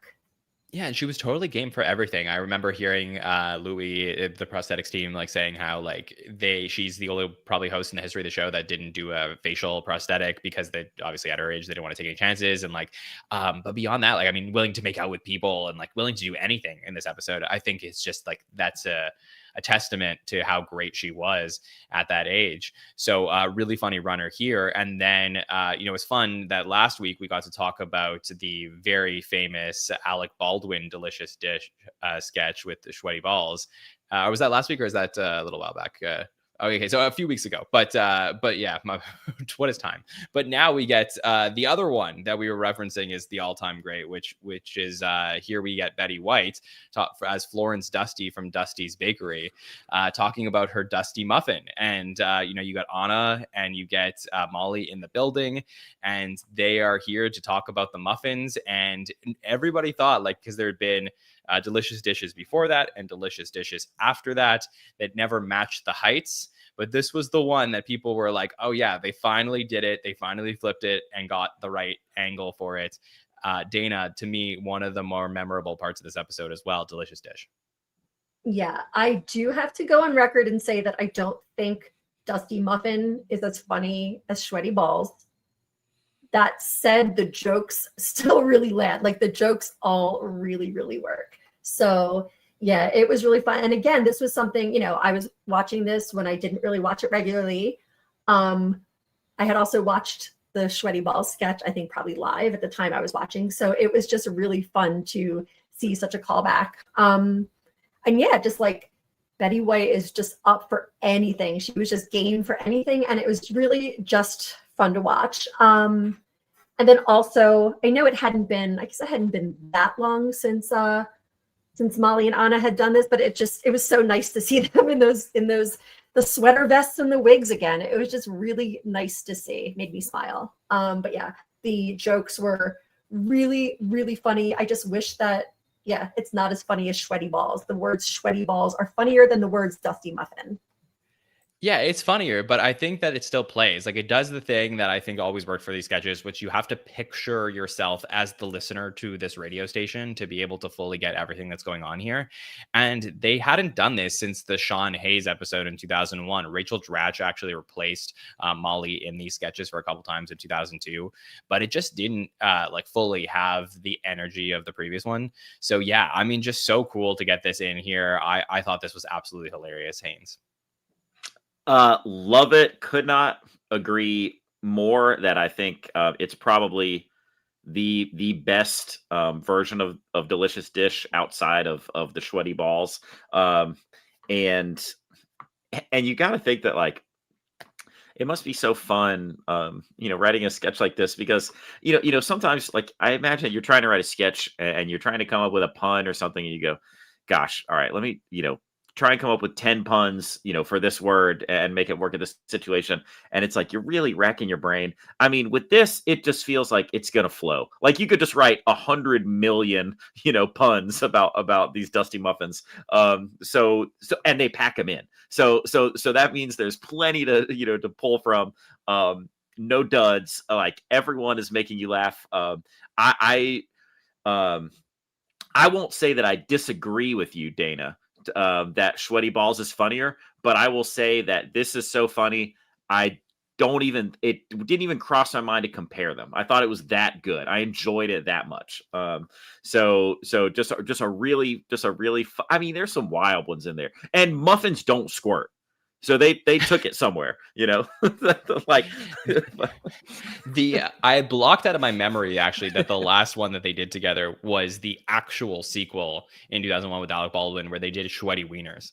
And that one that did not work, but this one did. And I think like to your point, Haynes, there are a lot of great euphemisms that they will use in this sketch, including the back and forth between Anna and Betty as she's talking about like, oh, do I like taste a hint of cherry in this muffin? And she was like, that's 1959.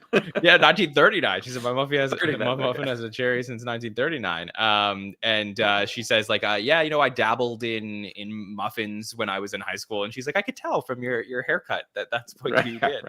So the writing on this is really good, Bill. Yeah, I've always been. I've said before. I'm firmly in the camp with the delicious dish. I like the more straightforward one as opposed to the euphemism ones. Obviously, sweaty balls is a classic. This is I can forgive this because Betty is so great here. Anna back on the show for the first time since 2004. Obviously, Molly had hosted just a couple years before this, but yeah, getting those two back together. Betty talking about her husband Irving, as I used to say to my loving husband. What do you? How did you say? What are you waiting for, stupid? Just eat it. It is such a great line and a great button on this sketch. Yeah, it's stupid. It's stupid funny, but it works for sure. I forgot to mention, I took a note of some of the adjectives that she uses, that they use. So salty, velvety, dry or crusty, and yeasty. So like just the fact that they use those words was really something. But again, it made me laugh a lot. I had to take notes.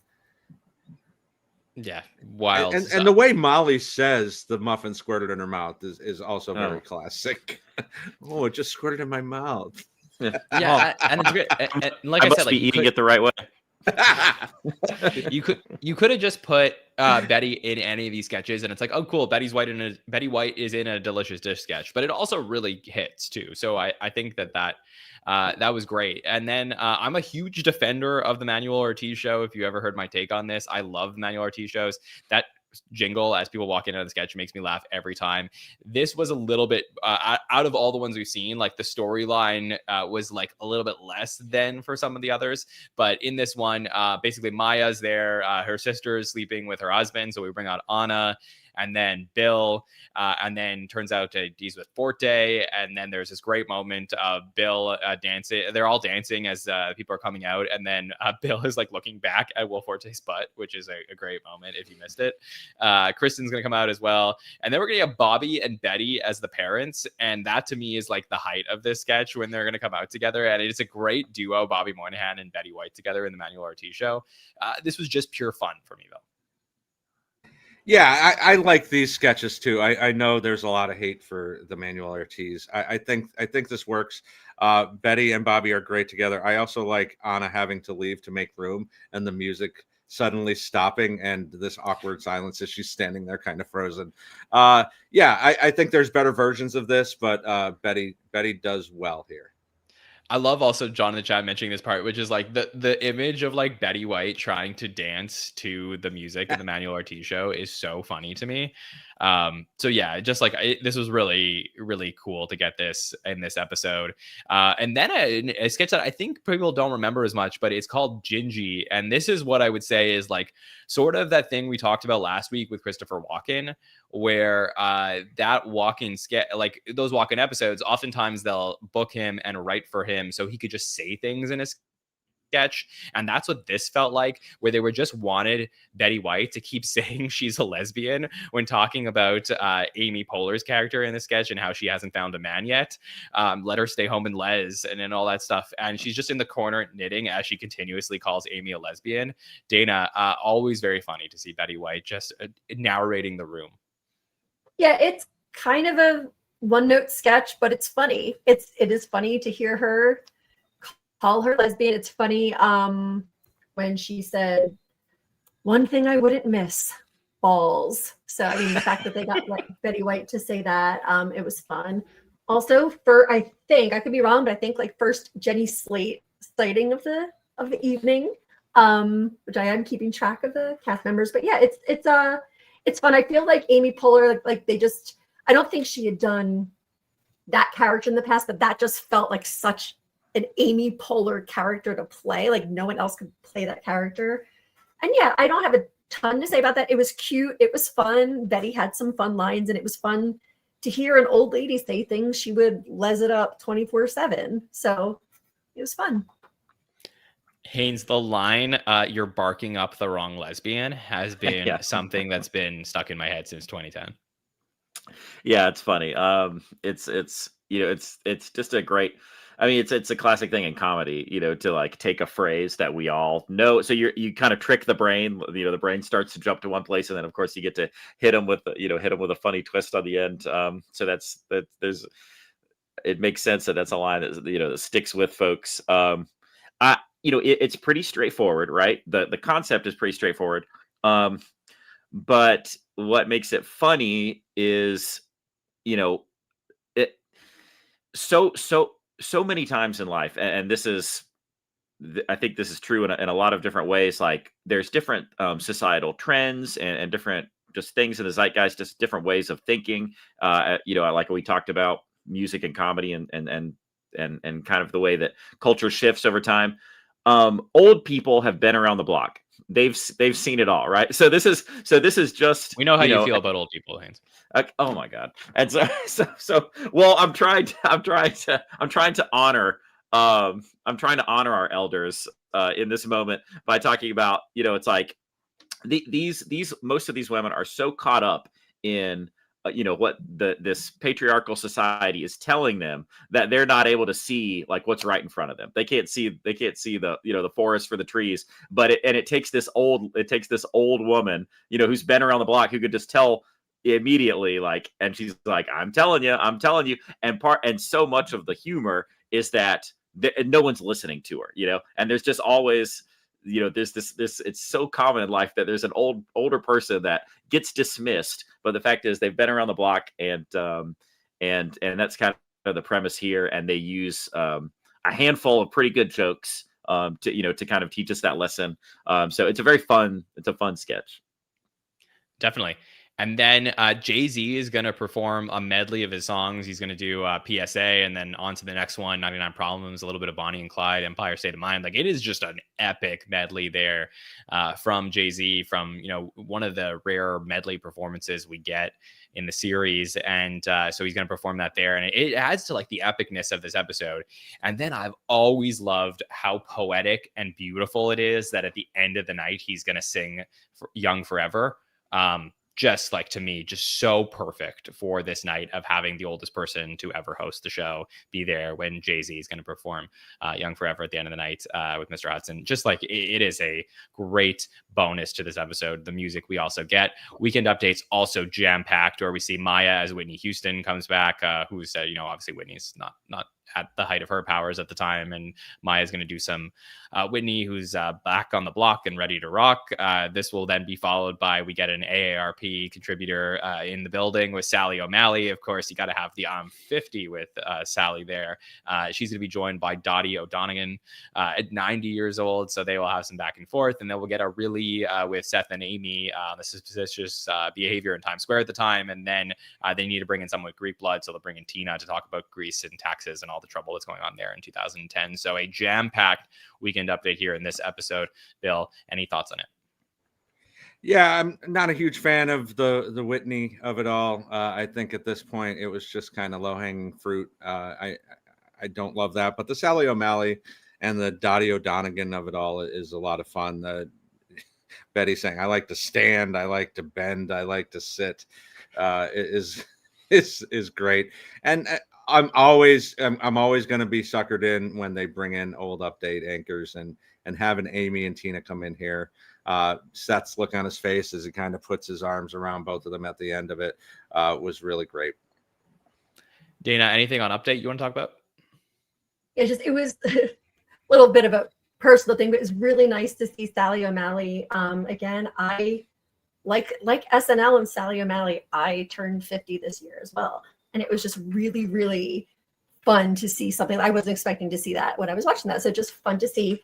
Something else I wanted to call out that was just so funny to me and just made me feel, I don't know, warm and fuzzy inside. It's such a small little thing. But when they were doing Really, at one point, Amy said something like, women don't care unless it's really big or really small. And Seth was like, really? And she's like, yeah, I told you that. And it just was such like this little throwaway moment, but it was so funny. And it just showed so much, like, it like told like the history of like their friendship. And I'm being, hyperbolic, but like, it was just such a sweet and funny little throwaway moment that I really, really liked. I love those moments as well. I had that same exact thought. It's very cute. And you miss that chemistry because Amy had been gone for over a year from Update, and you get to see them back together. It's always very special. Haynes, anything from Update you want to touch on? Well, like you said, obviously it was jam-packed. And so getting to see Sally O'Malley as is awesome. I'm a huge fan of Really, so I love getting to do that again. And obviously, anytime you're bringing Tina on, that was really fun to have our little Greek Tina. I don't remember, I don't know what Whitney Houston has gone through different stages in her life, so I don't remember like how much the public knew about what she was going through at the time, or like if we were, I'm trying to get to Bill's point, about like you don't punch down on people and stuff. So I don't remember what we were allowed to like laugh at or weren't at the time. But I will say that I loved the chemistry between Maya and Seth in that bit. I actually just thought they just worked really, really well together. And so, I hate, if we were punching down in that moment, then I hate that. But I'll tell you, just rewatching it, it's just what it to me. There's actually it had some of those moments. The way Maya's connecting with the audience, and then with Seth, and the way that he plays back with her, that you're just reminded of how good Maya is. And I'm like a huge Maya fan, but she really has the audience in that moment. And so I did think it was a good performance. And like I said, I just love. I'm a big fan of Really, so it was jam packed, of course. Yeah, great weekend update here. First sketch after update is a Scared Straight sketch. So we do get an opportunity to see some of the other people in the cast that we haven't seen too much in the night, where we get to see Keenan. We'll see Bill again, and then Andy Samberg and Jason Sudeikis, of course, in this sketch. Alongside, we get to see Grandmommy Loretta McIntosh, who's there with Macintosh, of course, to come in and scare these kids straight. And this is just like one of the other great visuals of seeing Betty White with the giant hair next to Kenan Thompson, where they're gonna, just go at these guys about Willy Wonka and the Wizard of Oz, and meeting the wonderful Wizard of Oz. And just really, really great idea to put Betty White in one of these sketches. Dana, how are you thinking about the Scared Straight sketch after seeing it again? Yeah, I mean, I think that they always did a really good job of doing a Scared Straight episode, or a Scared Straight sketch, when the host would be like a really funny fit. Like it was all, it was Lindsay Lohan, it was Betty White, it was I don't know why I'm forgetting, but they always like had a really good fit. So of course it's going to be hilarious to see a sweet old lady in a prison uniform with Kenan, with Lorenzo McIntosh. So it's already funny. Kenan is just, it's I think the first time we're seeing Kenan in the night, and it's like 50 minutes in. So that's already wild, but it's just really nice to see Kenan. This, as usual, is really funny. All of the jokes, as usual, are good. I really liked the whole journey of Bobby's shoe. Was it Bobby's shoe? Like his shoe just kept getting handed across to all these different people. Really, really fun. The whole Wizard of Ass thing. They got Betty White to yell Wizard of Ass. The one thing wrong with the sketch is that Sudeikis did not hop up on the desk. And that was really disappointing. But beyond that, it's a fun time. Yeah, that's one of my favorite things ever in the show. And we put together a special compilation of those hopping on the desk moments after we got it in SNL 50, of course, where probably my favorite part of the 50th anniversary special was getting Will Ferrell and Eddie Murphy in one of these sketches. But just like, again, one of the great sketches of the era, Haynes. Oh, absolutely. And this is, my favorite thing about these sketches, and maybe it's everyone's favorite thing about these sketches, unless it's Sudeikis jumping up on the desk for some folks. But I love as they retell the plot lines to these like movies that these stories that we all know so well. It's just really funny, that when, Kenan starts out saying that, he was so poor that his grandparents had to sleep, all four in the same bed. And you're immediately going, oh God, yes, it's going to be Willy Wonka. And she says, I remember that. And he said, yeah. And then one day I was eating a chocolate bar and I got a ticket, and it was silver or bronze. And all three of the kids at the same time were like, it was golden. Like we immediately know where this is going. And then And then, of course, just all the stupid jokes that you write out of that. Somebody's gonna Wonka your Willie, or whatever he says to him. And then, of course, but like Dana said, the Wizard of Ass kind of was the special line that Betty White got to say at least a couple times. That was our famous cue that we get at the end of every one of these, where Sudeikis goes, "That's too far. That's too far." So in this case, it was the Wizard of Ass, and just a fantastic sketch. It's always funny. Yeah. I love that Sudeikis saying, "You kiss your grandmother with that mouth," and then he's like, "Yeah," and then he kisses Betty White. So that's a great moment there.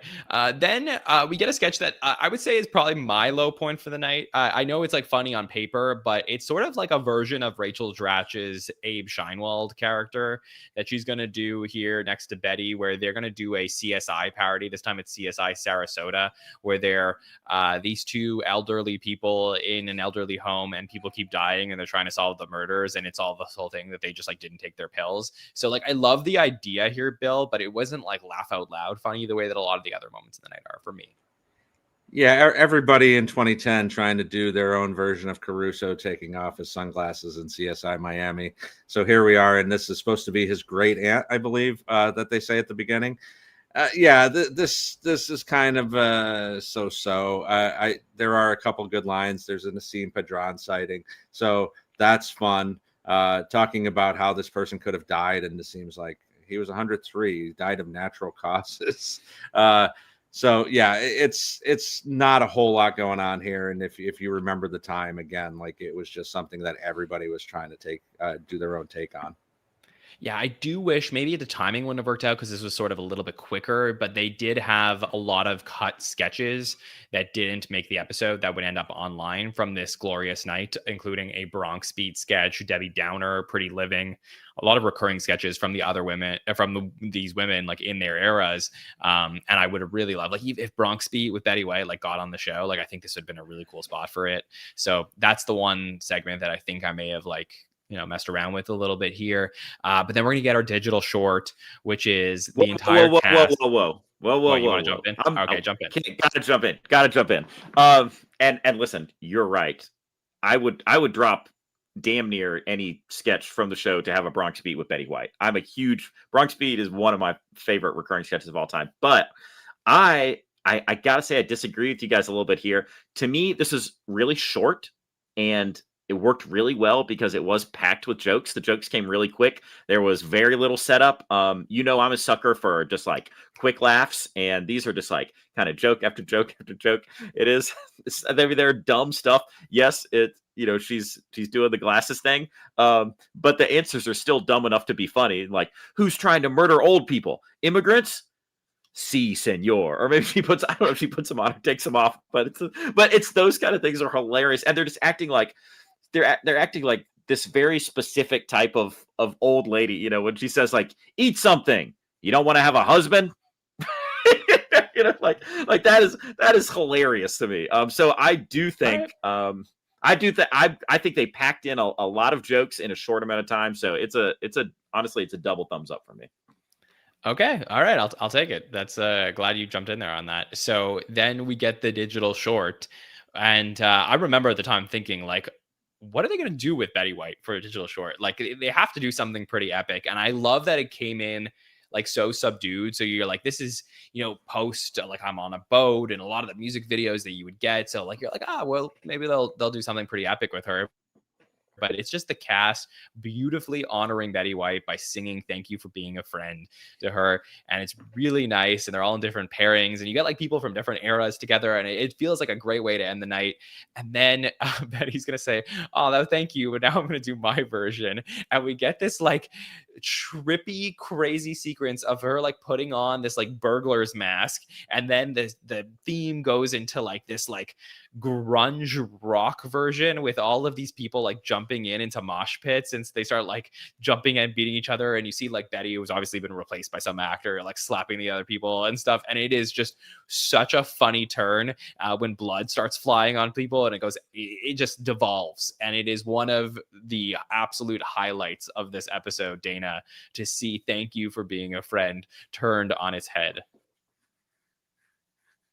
Yeah, this was again short and sweet, but really, really funny. Also, I have to call out, I think, the first Abby Elliott sighting of the evening. Just want to call that out. But yeah, it's don't have too much to say about it. It's just really, really unexpected, really fun. But then also when you think about it, it made sense because it was something where it was a pre-tape where Betty didn't really have to do much unless that was really her behind the mask, which I kind of doubt. I feel like it was perfect. They were like, sit on this stool, we'll sing to you, and then go take a nap. So yeah, it was fun. I liked it. Yeah, very cool, Bill, to get this one in here. You know, I've gone back and forth through the years about thinking about this, and would it have been better as a sweeter, you know? And no, it wouldn't have been. This is the way it had to be. This is great. You're dropping truth bombs on us, John. That this wasn't Betty. I can't believe that. But Nassim getting covered in blood and blood curdling scream is one of the best moments in this. But yeah, the mixing of all the generations of SNL cast members is one of the best moments too. I can't wait for the Lonely Island and Seth Meyers podcast to cover this episode and talk about this sketch. Like, that's one I'm just really excited to hear about how this one all came together, because it is one of my favorite digital shorts ever, Haynes. It's it's pretty short and sweet overall. I mean, they take some time with the setup, and you don't want this to go on too long because it's pretty much it's like one simple joke, just about I guess setting expectations for people, and so yeah, it's a quick they did a great job of basically turning that theme song as on its head as it could have been turned, and then creating just kind of this wild metal session with acts of violence and a certain sexual energy. So it was just it was fun. It was fun. It was fine. It's not going to be my favorite digital short or anything. But it was fun. No muffins were left dusted in the making of that music video.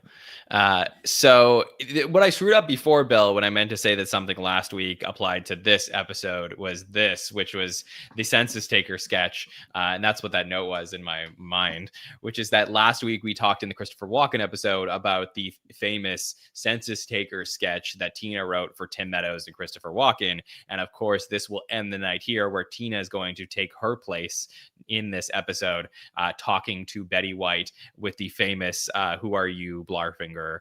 As we meet Betty's kooky character for the census taker sketch, and just a fabulous way to end the night. If you're not going to end it on the digital short or the song, a really cool moment here at the end of the night, Bill. Yeah, and watching these in back-to-back weeks, all I could think of, because the way that the door was set up, is that Christopher Walken is still across that hall 10 years later, because it was the opposite. It's so great. Like, talk about things that you never thought they'd bring back, because they did it so well the first time. Timmy Meadows and Walken. Betty's great here, and the Blarfingarg is something that people still say to this day in SNL circles. This is really great, with talking about the cats, that she doesn't know if they're cats or homeless people in fur coats, and then of course ending with Keenan coming out. That's like the Bobcat. Yeah, exactly. So really, really fun way to end the night. Dana, how did you feel about Census Taker? Yeah, I had actually forgotten until your episode last week, forgotten that this was not the original. So it was fun to kind of watch both of them back to back. This one is, I think, almost as good. And yeah, I feel like I don't have a ton of insightful things to say about it. It's just really funny, and Blarfingar like lives rent free in my head sometimes. It just pops in there, and that's kind of annoying but kind of fun.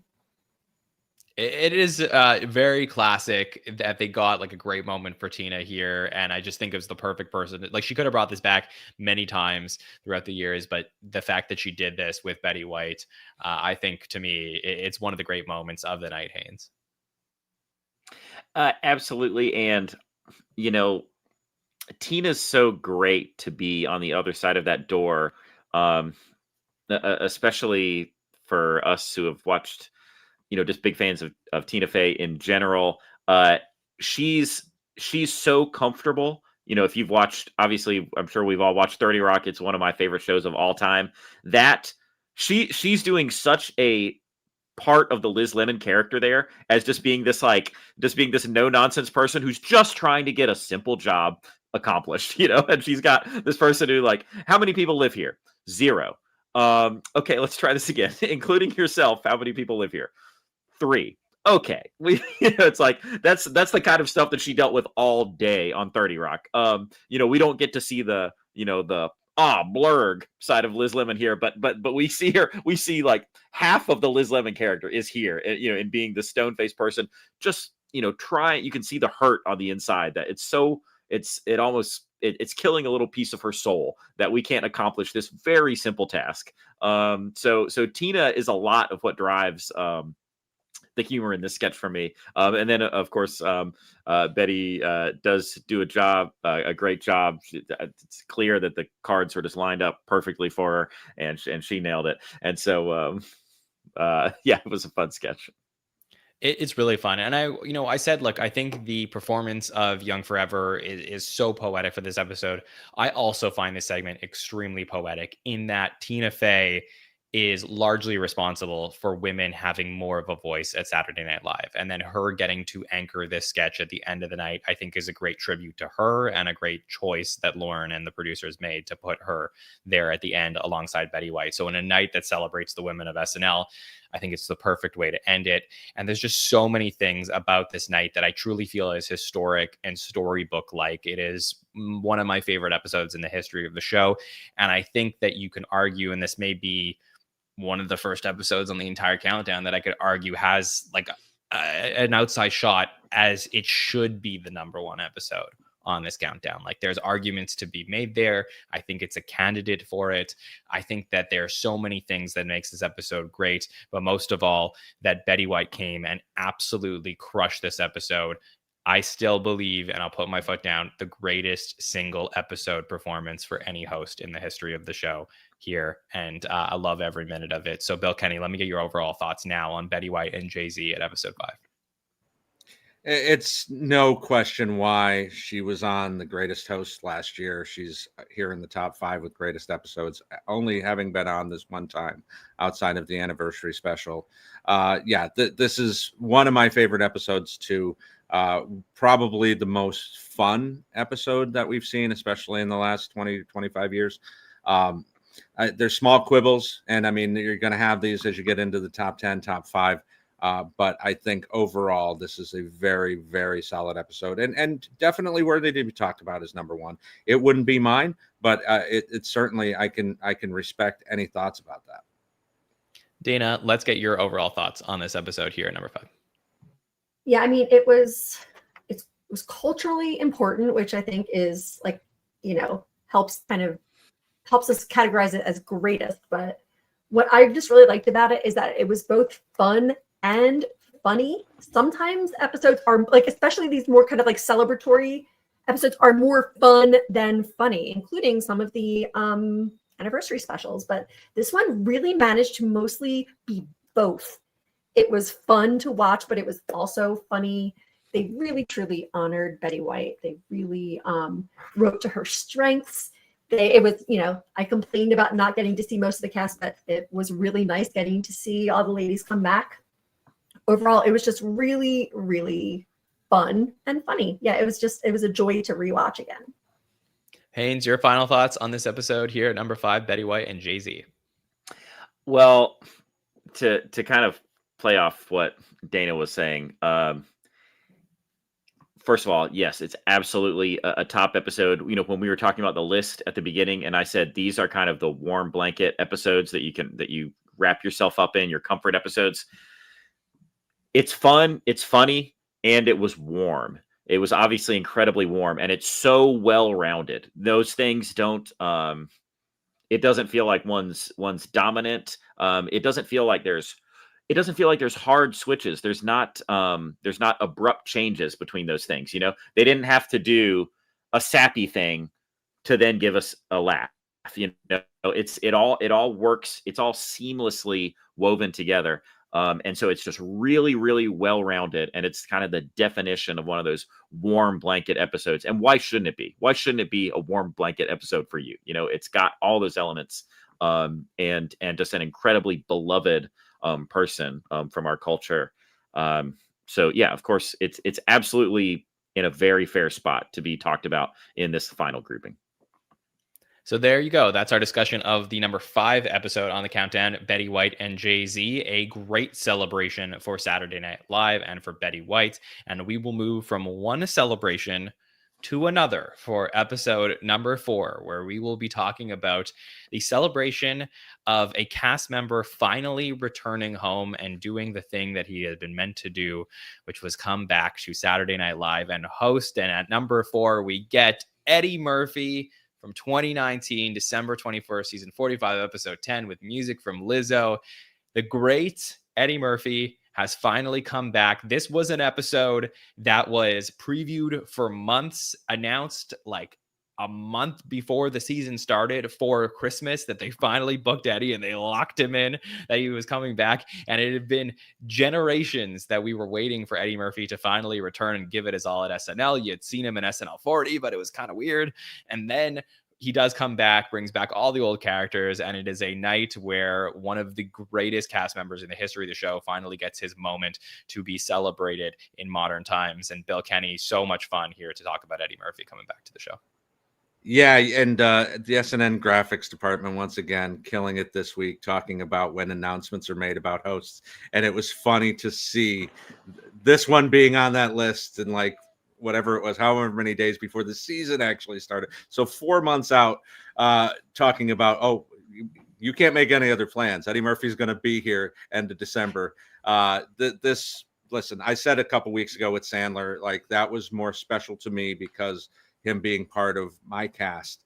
But I mean, there's no denying like this was a bigger storyline as far as him not wanting anything to do with the show. We had seen Adam in smaller roles come back to the show, be part of anniversary specials and things like that. Eddie was nowhere other than that very, very awkward season 40 SNL 40 special. So yeah, and who didn't love Eddie Murphy growing up? I mean, I can remember sneaking to my friend's house to listen to his records because I wasn't allowed to have Eddie Murphy records in my house as a kid, and knowing all of those sketches. That was the first VHS SNL that I had, was the best of Eddie Murphy. So it was something I memorized and things like that. So if you're of a certain age, especially, that there's something about Eddie Murphy and what he meant to the show, saved the show. We've said that about him before too. So yes, this epic night. It's hard to imagine them ever being able to top this in a regular season episode. Well, I really feel like very similar to the Sandler episode that takes place earlier in the year. We get this at the end of season 44, that there was a couple things that Lorne Michaels, whenever his time was going to be up and, still isn't, that he wanted to check off his bucket list. And I think that this was one of those major moments of like getting Eddie to come back to get to properly celebrate him. Even though that Eddie wasn't a cast member when Lorne was at the show, there has been a clamoring for finding a way to bring Eddie back into the fold, who clearly like did not have any love for Saturday Night Live for many years, but he does finally embrace the show in this episode. And I think we get a lot of magic throughout the night, Haynes. So what are your thoughts on it? Yeah, we get a lot of magic. If we were talking about this as the number 1 spot, I wouldn't have a problem with the arguments that were being made. I don't think. I mean, this is a really, really, really, really good episode of SNL. And what's wild about it is how early it was announced. And I mean, I was looking forward to this episode for so long.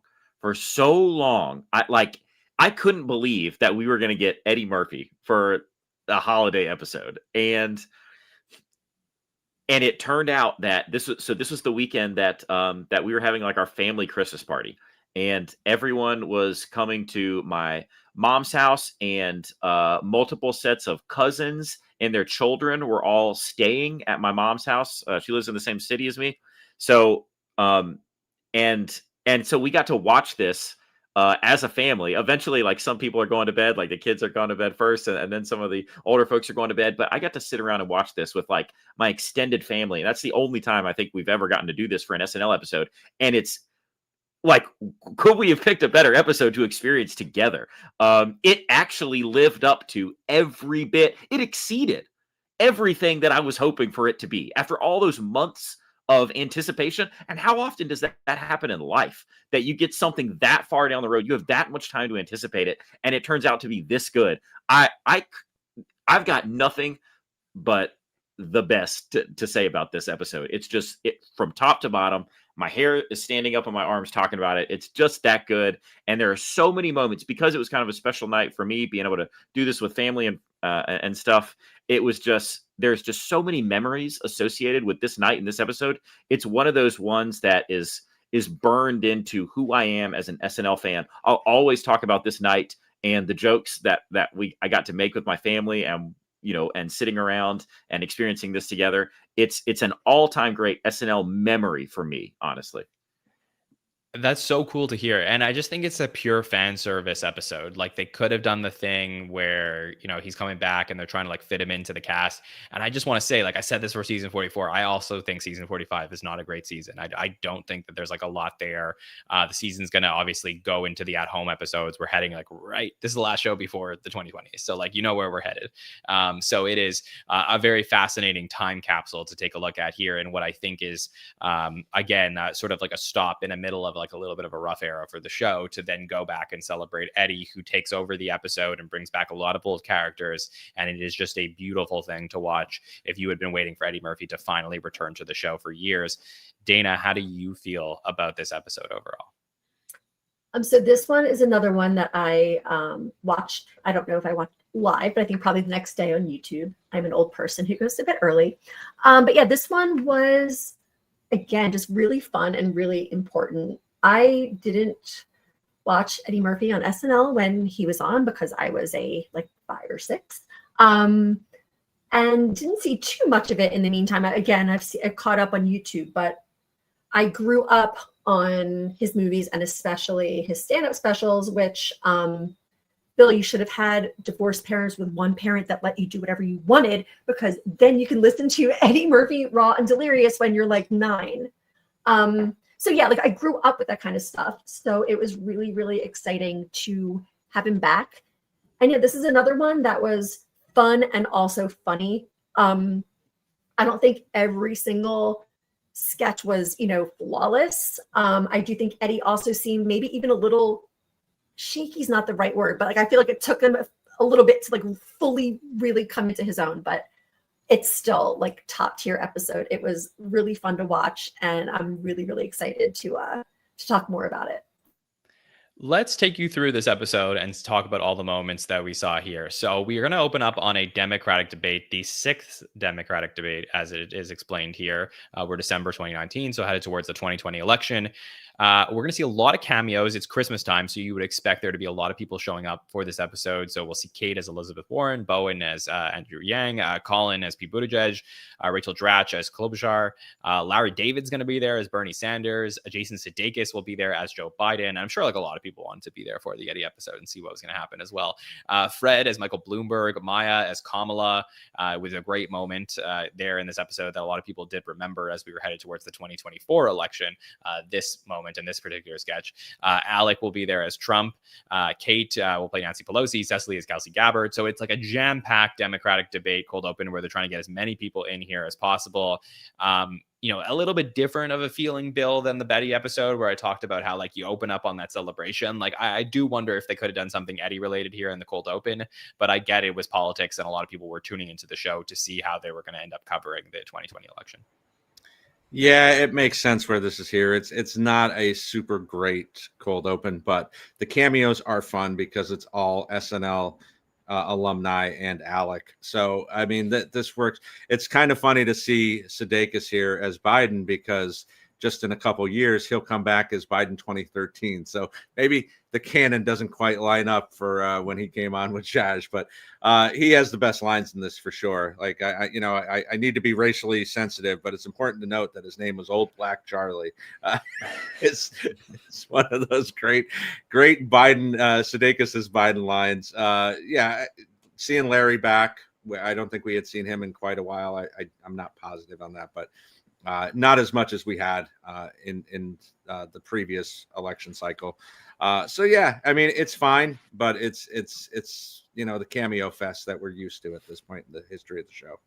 Yeah, and I just felt like they were shoving this down our throats. Like it wasn't necessary for this episode. I get what they were trying to do, but that was part of the problems that I think I do have with this era is that like I guess we are headed towards the 2020 election, but like right in the middle of this era, we're like just doing it week after week after week with everything they're doing here. We get like the major group live from New York session that was like very common of this era. So it's a little bit like of a not my favorite start to an episode that I think is a classic. Haynes, any thoughts on the Democratic debate? Listen, maybe in context when you're watching these debate opens like every week, it's a little tougher to swallow. And so in retrospect, it's less bothersome. I will say, I actually think as far as political cold opens go and debate cold opens in particular, I thought they did a pretty good. I thought that they actually did a really good job with this one because, I mean, obviously, it's a Christmas episode. You're getting cameos, but like you said, it's all SNL folks. I have a problem with BS cameos that are just because it's just a person who's in a movie right now, but they're like not funny and they're just doing that one spot. I don't like that kind of stuff. I love bringing back old cast members. That's always awesome. But one of the things they did here, most of the time with these debate sketches, they tend to they'll go like point by point through like the major kind of viral moments of the debate, the stuff that just ends up getting replayed on CNN the next day, those little moments, and they'll touch and they'll find a way to make jokes in those little moments. This, we really didn't have any of that. It really didn't touch on politics at all, basically. It just kind of made fun of these individual characters, and that I love. So there's like really no policy stuff. The closest we get to policy is like, we know that Bernie Sanders talks about his 99 and 1%, but here he's talking about his phone, and then how the phone, it says it's at 1% and it stays there for all day, and then it's at 7%, it dies 1 second later. We've got those kind of jokes. We're making fun of. We get a rare appearance, of Colin in a sketch. Of course, he's done Pete Buttigieg a few times, but we're making fun of him because he looks young. And Kamala comes in and just starts like dropping hot beats, and that is like it's like a hot jam that she starts to go into. Like you're ready for the rest of that song to drop. So it's really fun ways I think to play with these characters without having to sit in the muck of like political policy speak and that kind of stuff. Fred Armisen, hilarious as Bloomberg. I love the line. He's like he wasn't even supposed to be there, and he's like, for $30 million, the station is owned by viewers like me, or something. And he says, he's like, you can't even beat Trump. He's like, I'm just doing it for my steps, or something.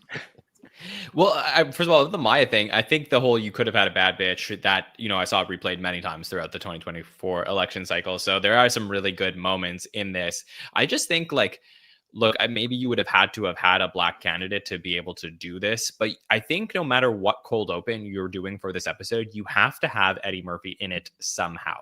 I just think there are so many people that are coming to this episode to watch Eddie, and then you're going to give them 10 minutes of a Democratic debate sketch that is not obligatory in any way. I hear that. And I think that's part of my issue with it. But Dana, what were your thoughts on the cold open? Yeah, so First of all, seeing Heidi Gardner's face as soon as I pressed play made me sad. I will miss her so much. Anyway, I have never been a fan of political cold opens, especially the cameo parades, especially during this particular era. It wasn't a fun era to live in. I mean, not that it's any better now, but I just do not enjoy that. So I'm coming at this from, a certain place, but I thought it was way too long.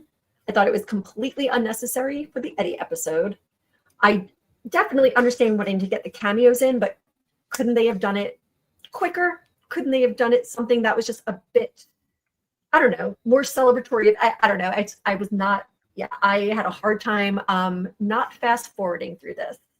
I really hope that I know that the 50th was different, but I really hope that SNL doesn't go back to these like marathon cold opens every time there's an election. I can't handle it. It will be interesting. I think they may have learned their lesson in one sense, which I think played out a little bit a few years later. I And kind of maybe think so too. Yeah.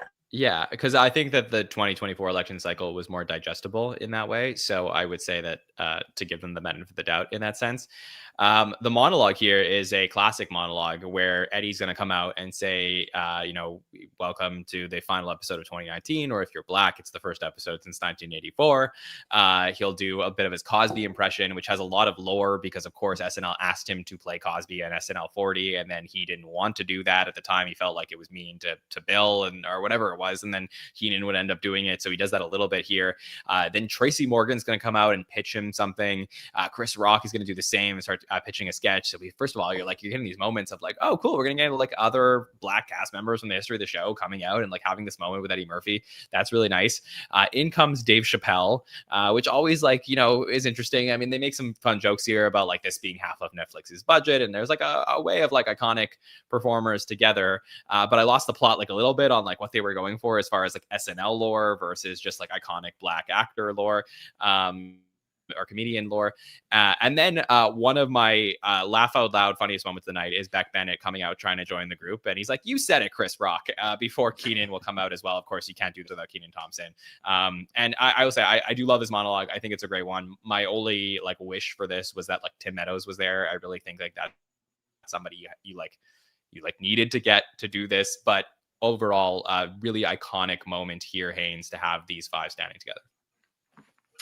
You're telling me. I mean, I was losing my mind as these other folks started to trickle out on stage. Yeah, I just told you a few minutes ago about how 30 Rock is one of my favorite shows of all time. Obviously, I was a fan of Tracy from SNL before that. So, but just, I am a huge Tracy Morgan fan. When he walked out on that stage, I was so excited. Couldn't believe what I was seeing. And then to bring out Chris Rock, I mean, he is one of the greatest stand-ups of my lifetime. That's when we talk about listening to old comedy specials, Bigger and Blacker, and the stuff that Chris Rock was doing in mid to late 90s, 1996. I mean, that was like he was an idol of mine. I mean, and still is, of course. And so like watching him come out on that stage, and then I've always said, and yes, Dave Chappelle, I preface, when I talk about this stuff, that Dave Chappelle has said a lot of things in the last several years that I don't personally agree with. But for most of my life, for like 20 years straight, he didn't say a thing that I disagreed with, and no one made me laugh more than him. So like I could not believe that they just kept trickling out these are the heaviest hitters. It felt like this monologue was for me. And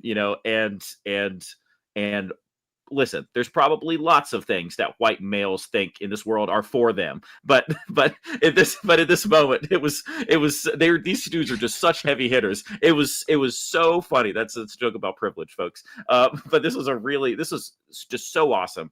And yes, of course, the Beck Bennett thing was really funny.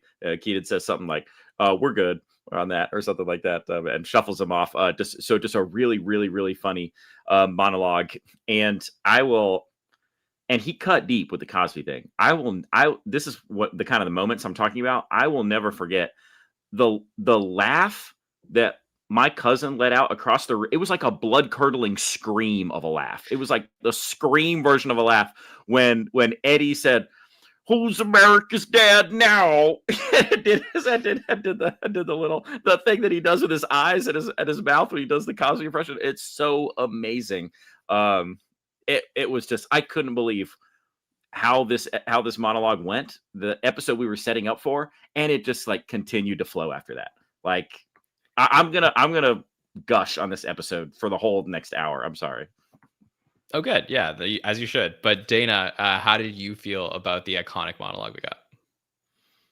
Yeah, of course, this is really fun. Part of me was hoping, even though like I don't think Eddie has done stand-up like in a really long time, it would have been really cool to get an Eddie Murphy stand-up monologue. But It was really, first of all, just everyone chanting his name was so heartwarming and so nice to see. It was just really fun to see everyone who showed up for him. I think people in the chat were saying that Tim Meadows was asked but was on vacation, so it's good to know. Okay. But yeah, it was just really, really funny. Beck showing up and then Tracy calling him Joe Piscopo. It was even better. Who was that? Joe Piscopo. The joke about half of Netflix budget here on this stage. Again, another really, really good one.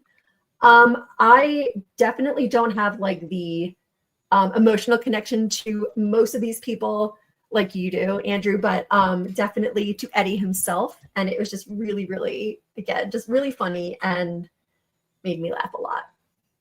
I love that Beck got taken down a peg. Yeah, it And was I so like good. I like that Keenan was there too. I really like that they brought him in and he stayed and wrapped up the monologue with the rest of them. He definitely should have been there. I completely agree. It was so good. There's a lot of things that I really love about this monologue, and definitely that first sketch after the monologue as well, where we're going to talk about Mr. Robinson's Neighborhood, the sketch that everyone was just like praying, like, you got to bring this back, you got to bring this back. And they brought in, of course, Barry Blaustein and David Sheffield for this episode to help write and contribute to a lot of the sketches. And I believe they teamed with Mikey and Streeter to put together a new episode of Mr. Robinson's Neighborhood, where he's still living in the same apartment, except it's been completely gentrified, the entire neighborhood around, as the white people came and changed everything. But I am still your neighbor. And of course, he's there, Bill, because the word of the day is squatters' rights. Yes, this is a perfect comeback vehicle. The last time we had seen Mr. Robinson's Neighborhood was the one that everybody's seen, no matter how old you are. It was on all the holiday specials. It was the one with the Cabbage Patch Kid where he put the cabbage on the cabbage doll, on the doll. Yeah, the only thing that would have made this better is getting Tim Kazurinsky in the building as the guy behind the door. Robinson, where's my rent? But I guess that kind of would have went away from the flow of it being gentrified and everybody being scared of him now with the squatters' rights. The reveal of the TV was great too. Yeah, Chris Red at the door saying that he was his son because of 23andMe, because now he's got 23 kids claiming they're his kids. Yeah, this everybody had a list of what they wanted to see come back. This had to be at the top of most people's as far as recurring characters with Eddie. Of course, we're going to get so many more throughout the night and get all the fan service, but this is where you had to start. And I think what I love the most about this sketch is that it takes place in the world of the other sketches. It checks off all the boxes of what I look for from recurring sketches in the show, of like they're explaining away why this character still lives in the same apartment so many years later. And it like makes you feel more valued as somebody who has seen the previous sketches to get the lore and then understand why these things are happening now in this sketch. I think that's what's so brilliant about it. And it's a great way to start off the night. Dana, what are your thoughts on the Mr. Robinson's Neighborhood sketch?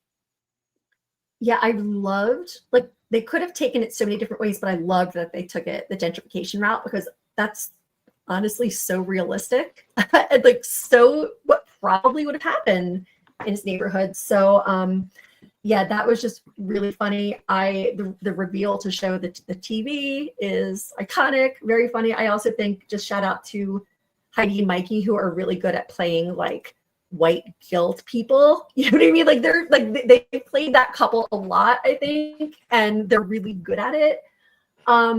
Yeah, overall, just really, really fun to see him doing this again. And they hit like all the right notes. I just think it was like the synergy was there. The idea to have it in a gentrified neighborhood really, I think, brought it home, and he was on point. And it was just, yeah, I really like this one.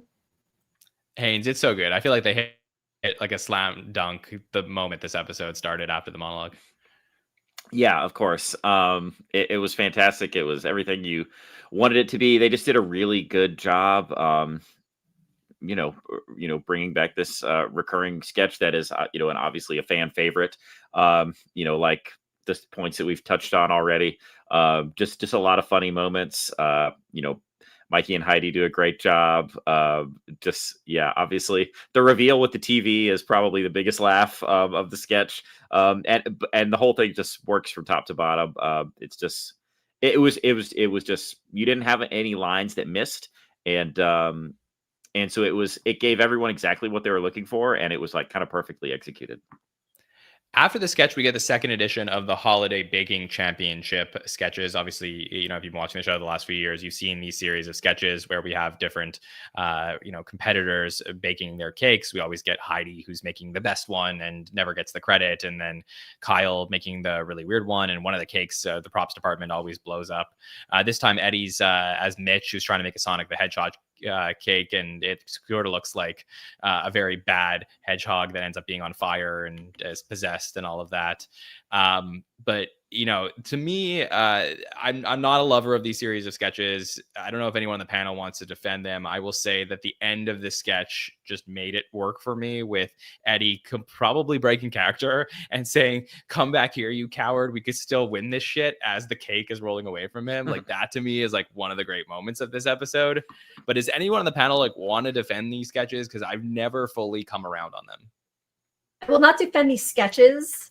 I will defend this one because I can't help it. That little cake with the spikes and the human teeth, like speaking in devil language, and then his grandmama's voice to drag you to hell. I'm sorry, but like I said earlier, I like dumb stuff, and that's so dumb. And this just like out of, I think like every holiday baking champion, like they always have, the guest has something going haywire, and they usually don't land for me. But for some reason, like the demon really did land for me.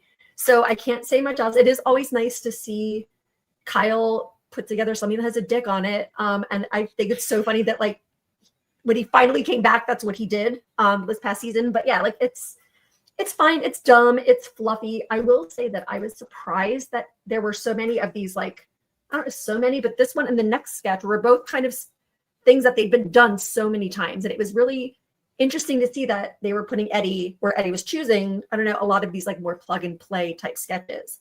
But yeah, so I will defend this one because I thought that Sonic the Hedgehog cake was funny, but I can't defend them as a whole. Yeah, and that's why I would probably say that this episode for me will probably land in my top 10 at the end, but might be like slightly lower than some of the other ones we talked about tonight, because I do think that like as iconic as the moments are we got in this episode, there are a few segments that are very like Eddie just going into season 45, and he's great. Like the line at the end is fantastic. This next pre-tape we'll talk about, he's really great in. I don't necessarily feel like he was like this is like all-time Grand Slam performances that he's taking bad sketches and making them absolutely great, except for one, which I will say later in the night. But I did want to call out. I'm sorry. Yeah. One line though that made me laugh so hard. Why is it brown?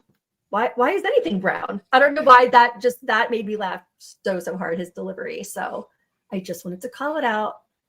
Yeah, I'm with you. But so these sort of like season 45 moments that we get in this episode, I think are like slightly below the hype that we're getting from some of the other things that we have. I do really like though the pre-tape that comes next, this Home for the Holidays, but it's very reminiscent of what we were getting from the era, which is sort of these like backwards, forwards in time pre-tapes where Eddie's making a toast at the holiday table and everything, and talking about all his family being there, and thanking his wife, who's played by Maya, and of course we get the great Keenan being his father being asleep throughout the day and not really being there for the holidays, and the whole interaction with Mikey Day becoming his new son, as he calls him Dad, which is a moment I'll never forget. So there are some cute things here, Haynes, in Home for the Holidays. Yeah, Home for the Holidays is I think it's solid. It's I'm glad it didn't get stretched out too long. There's it was kind of the same set of jokes where people getting on each other's nerves, being stuck in this house together, and they didn't bring out like they didn't bring a ton of like really overwhelmingly hilarious examples. Yes, it's funny. I mean, definitely I thought the funniest part was them busting Ego's chops over getting engaged to this white guy, and then they pull back on that shot, and he's in the room. They're like, "Sorry, whatever his name was." And he's like, "Oh no, it's fine."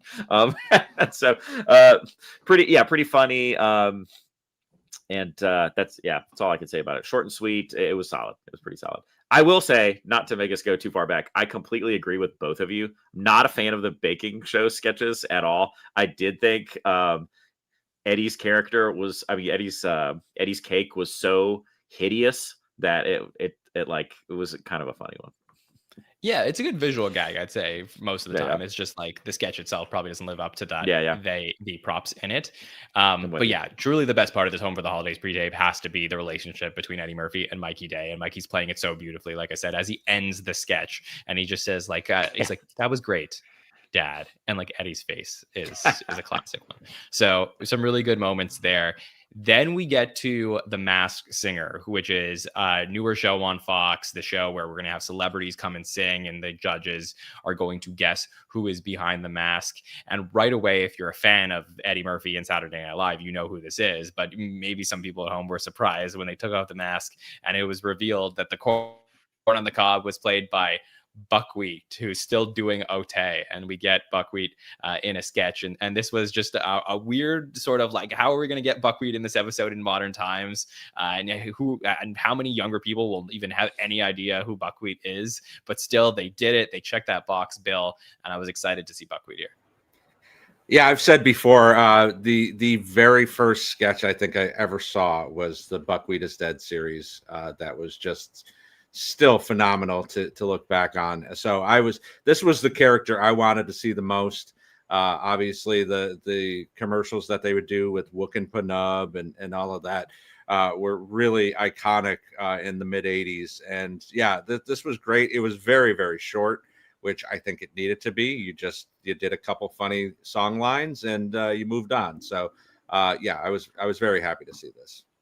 Yeah, it was, to me, like I said, checking a box. I don't know that there was anything else here, Dana, besides like we're just going to find a way to shoehorn Buckwheat into the episode, and it was great fan service. Yeah, I mean, this was again the one of the examples of this was more fun than funny. Definitely, there was a lot of nostalgia. It was fun hearing Buckwheat sing new songs that didn't exist back in the day.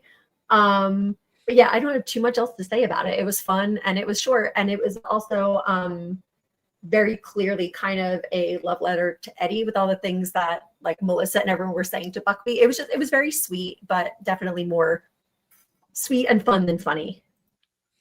I agree. Lizzo is going to go ahead, Haynes. Yeah. No, I was just gonna say, obvious fan service, but a pretty great way. As you said, to shoehorn it in. They had needed to do. It wasn't a straight up just boring repeat. I thought it was a fun way to kind of give us this avenue to the thing that we all wanted, and it was funny. Anise Namina was probably my favorite song. Very true. We're going to get two performances from Lizzo here, who's going to perform Truth Hurts and Good as Hell on the show.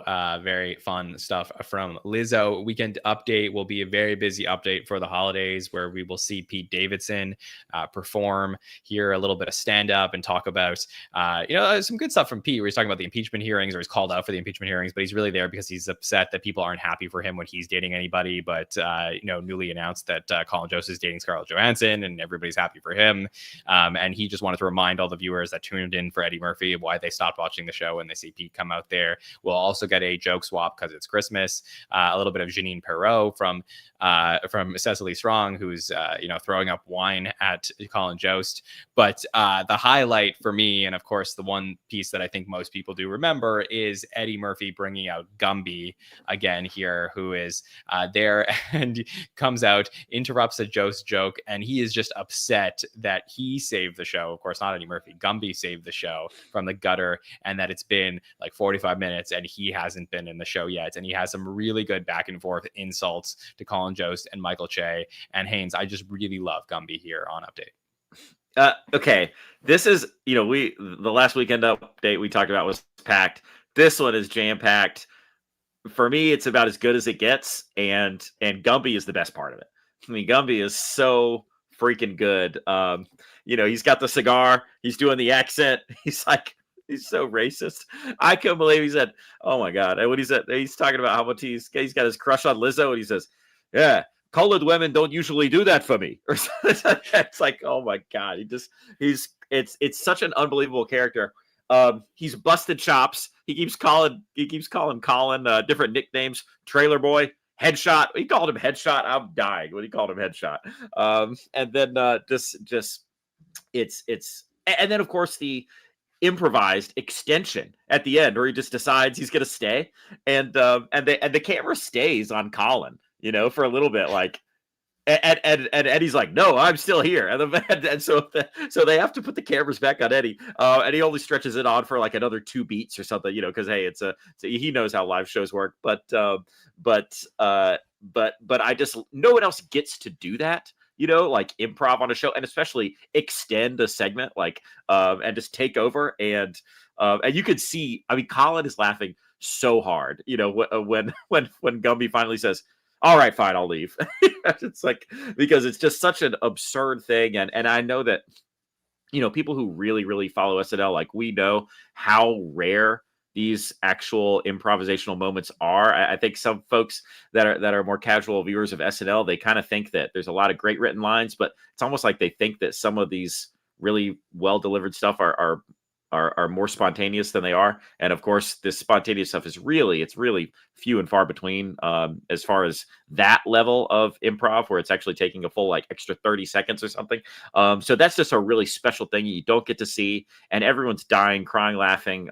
You got the Pete bit. Joke swap was not the best joke swap. I'll say it's not the best joke swap. But even just the regular news jokes, I thought were really solid. It's just like a good set of jokes. Gumby's amazing. Pete's solid. Joke swap is still joke swap. And at the end of the day, you get a Janine Pirro, which is, just a special, it's just such classic Cecily. And I really love the line where she says that she describes her own voice as like having the volume of a mom that just lost her daughter in the Mall of America. Casey.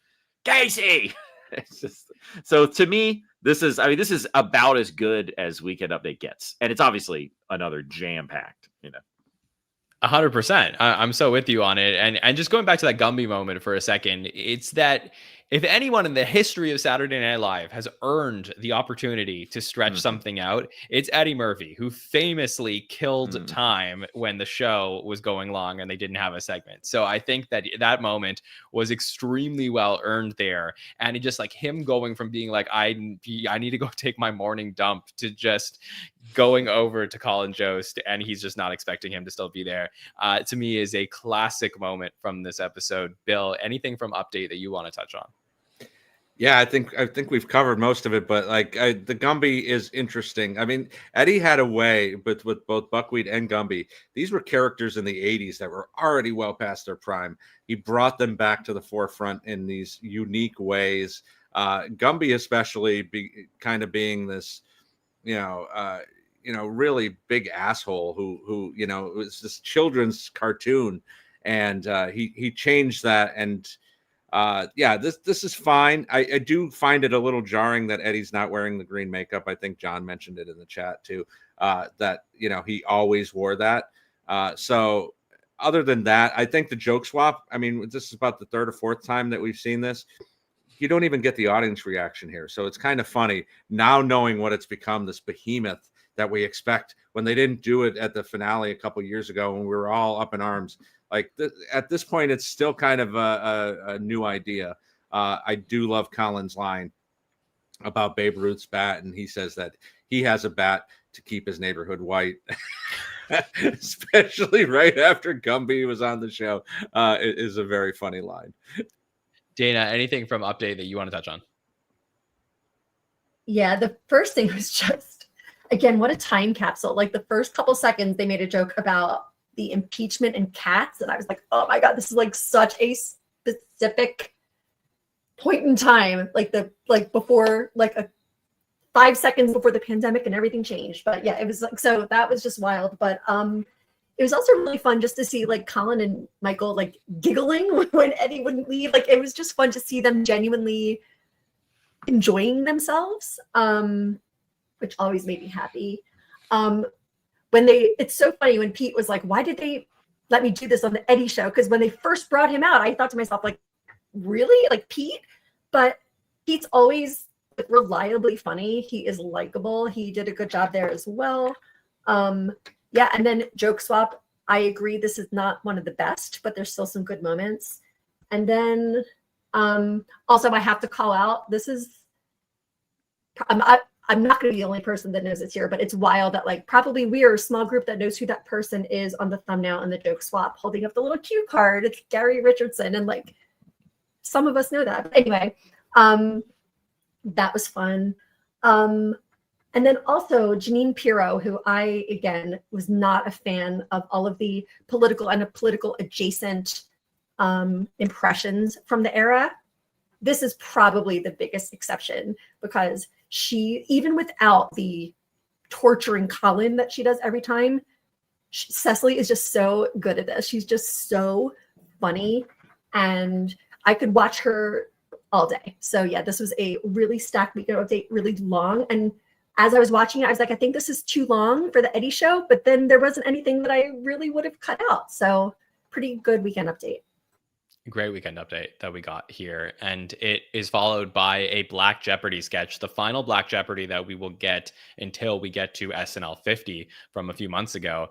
But they had to bring back Black Jeopardy with Eddie Murphy. Like, it felt right. I mean, Eddie's going to, go on and play Tracy Morgan in that follow-up sketch. But this one, very cool, because they're going to bring a character that I would bet that most people prior to the episode said, like, they're probably not going to bring back Velvet Jones. But they did in this sketch, and that was really cool, where we saw Velvet Jones talking about I want to be a hoe and all the hoes, and saying,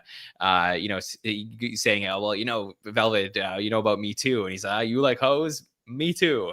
So he's gonna pitch a lot of different books and how to be an Instagram hoe and all of that here. It is less of a Black Jeopardy sketch, I would say. It has like sort of those bones and more of an opportunity for Velvet Jones to just do his thing. But I just thought that this was maybe the most inside baseball fan service moment of the night, Bill, that they did, but they still hit on it. Definitely. And to think that 36 and a half years have gone by between appearances of Velvet Jones.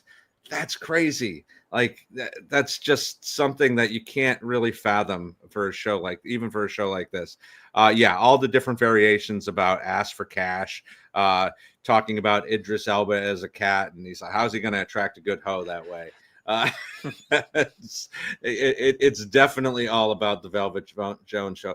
I really appreciate this and The Masked Singer in finding new avenues for these characters that are beloved from Eddie, not putting them necessarily in the same old. You had to do that with Mr. Robinson, and I think that made sense. But yeah, finding a way to bring these characters back in a new and interesting way definitely hit for me. Well, the thing about Velvet Jones is that was a character that in the 80s never really had a world built around him. It was always just like him popping into other scenes that are happening. So in a sense, it was like a good fit to put him in a Black Jeopardy sketch here. Haynes, did you have a good reaction seeing this one live back in the day? Yeah, definitely. And I'll admit, and this, I don't remember having these feelings at the time, that it wasn't, I don't think it's the best Black Jeopardy. It's not the best Black Jeopardy, but it was still Black Jeopardy. So I'm assuming that's a feeling I had when it came on, was, oh my God, now we're getting a Black Jeopardy. Like, how could this get any better? Because the Black Jeopardy sketches are so good. This one still had, but you're right. As you said, it was really just a Velvet Jones piece. It still had the structure of a Black Jeopardy or of the Jeopardy sketches in general, where at the end, Trebek or whatever Keenan's host's name is, the host always at the end has a little bit of false hope that someone's actually giving them a serious and good answer, and then of course it gets twisted around. When Velvet Jones, they gets the question about a woman wearing a crop top at Christmas or something, and he says, well, she should be able to wear whatever she wants. She's an independent woman, and like, wow, that's very modern and reasonable of you, Velvet Jones. Like, yes, read all about it in my new book, How to Be an Instagram Hoe. And so we still get that kind of joke to end on. So overall, to me,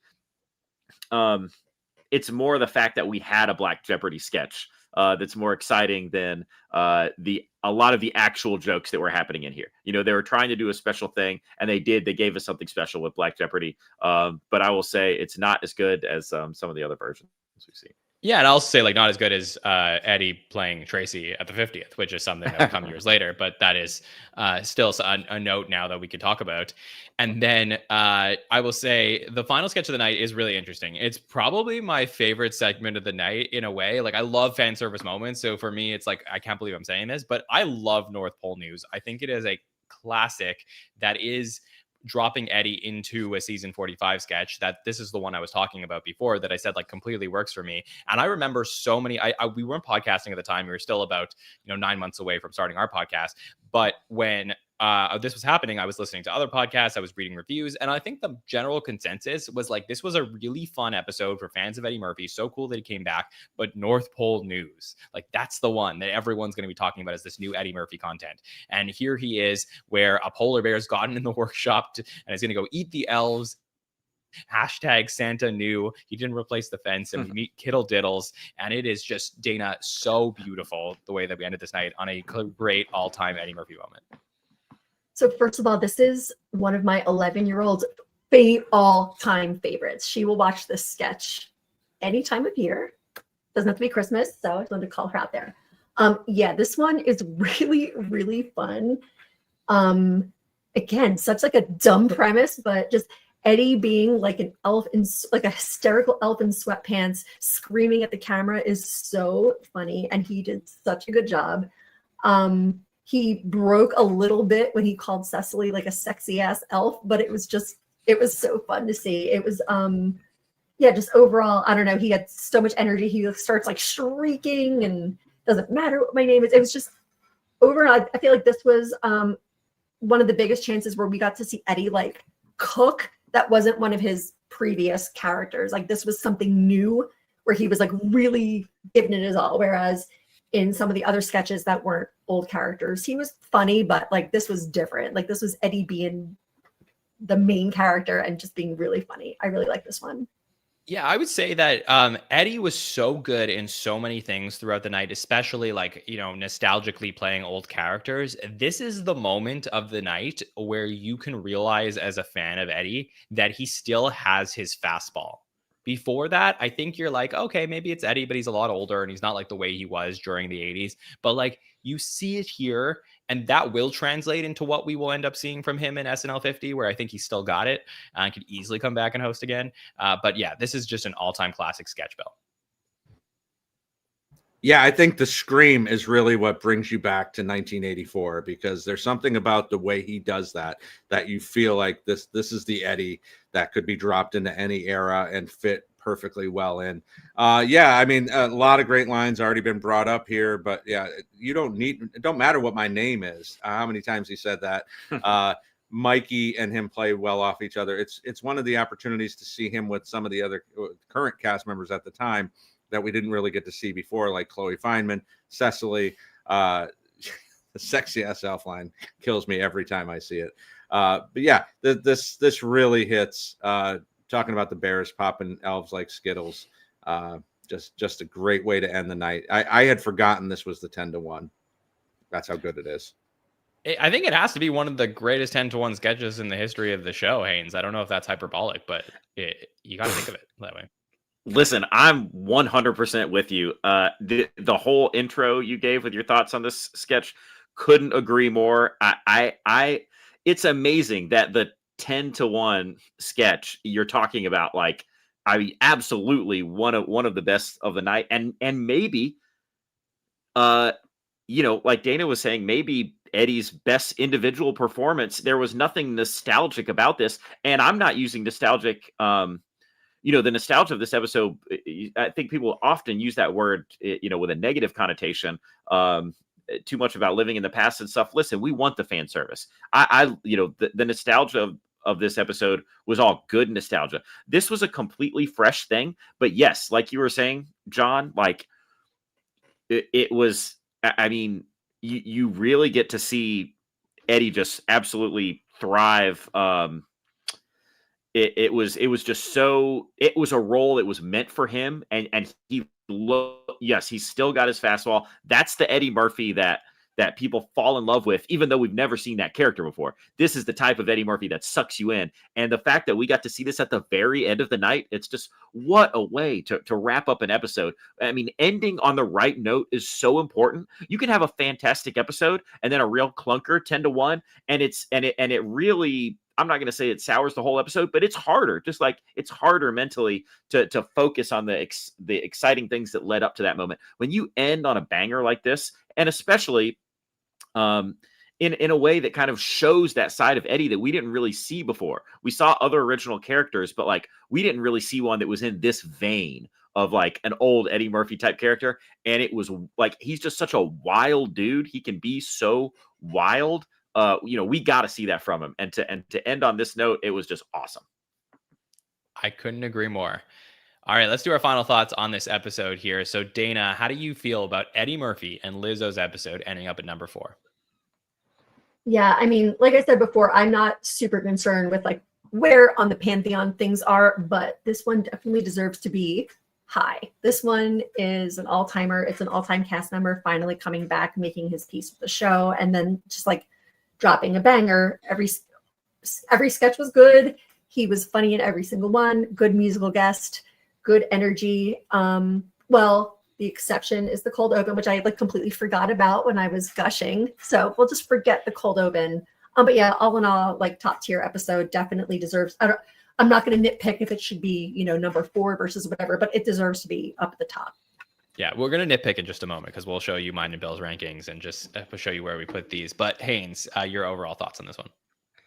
I mean, they should be obvious at this point. I've been raving about the episode since we started talking about it. Is this your favorite episode all time?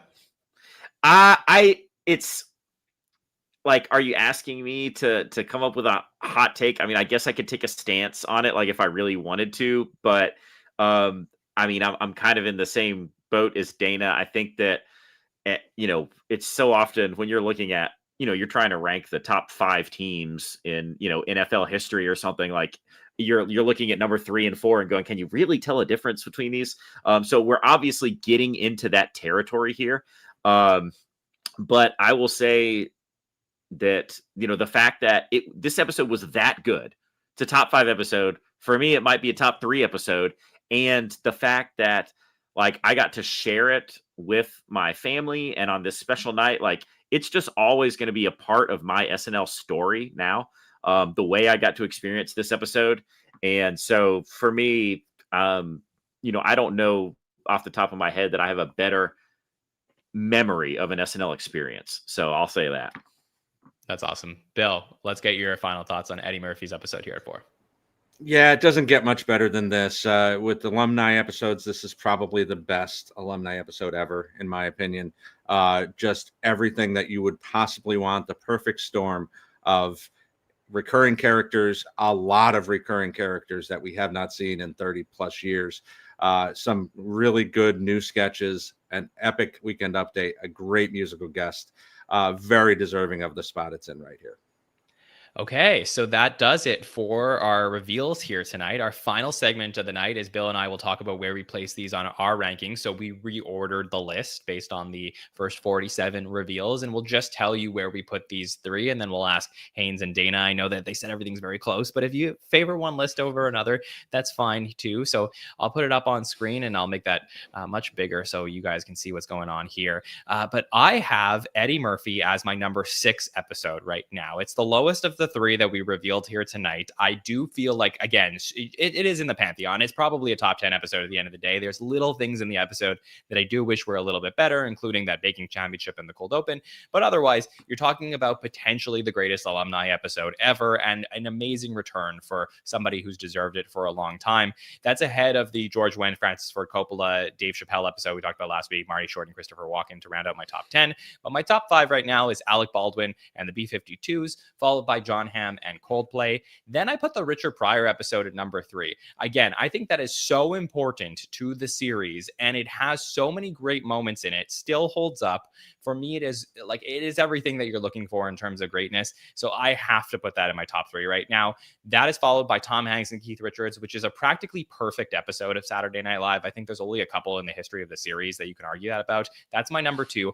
I have Betty White in my top spot right now. It's one of my favorite episodes of all time. It is the only sort of anniversary show that does take place on a Saturday night at 11:30. It is a celebration of women at the show, and I think it is rightfully deserved to be there as potentially the top spot. We'll see if it holds after next week with the final 3 reveals, but I'm very comfortable putting it there right now. Bill, how do your 3 compare to where I put my 3?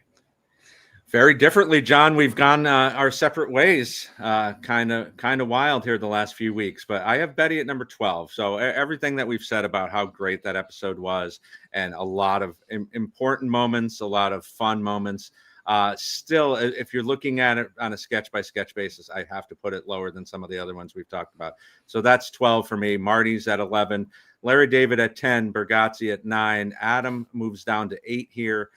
John Hamm moving down to number 7. And then here's where I slide in Richard Pryor. Again, like there's a lot of really great moments here.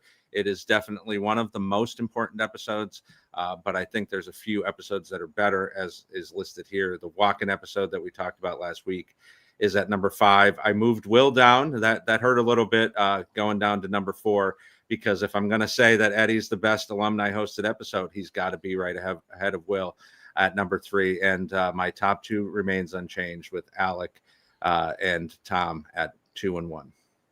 All right, Haynes, let's get your take on this. Any list appeal more to you? I do think I favor Bill's list a little bit here. I like the Tom Hanks, Keith Richards 1 spot. I think the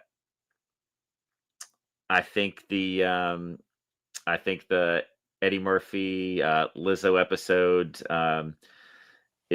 that's a good spot for number 3 right there. I do think the Christopher Walken, Christina Aguilera episode was maybe a hair better than John Hamm and Coldplay. So I'm favoring Bill's current list a little bit. That that doesn't mean you can't win me back, John, with the final episode. But that's where I am right now, I think. Fair. So we're gonna add the final 3 in next week, and then we'll have that final episode where we'll go through everything, where Bill and I will lock in these rankings overall. Dana, which list are you feeling better about right now? It's really hard to say because, like I said, it's really hard for me to judge these, but my gut is telling me that I'm also like slightly more on Team Bill, but like a little bit. I think if Bill had Betty White a little higher, then I would be fully on Team Bill.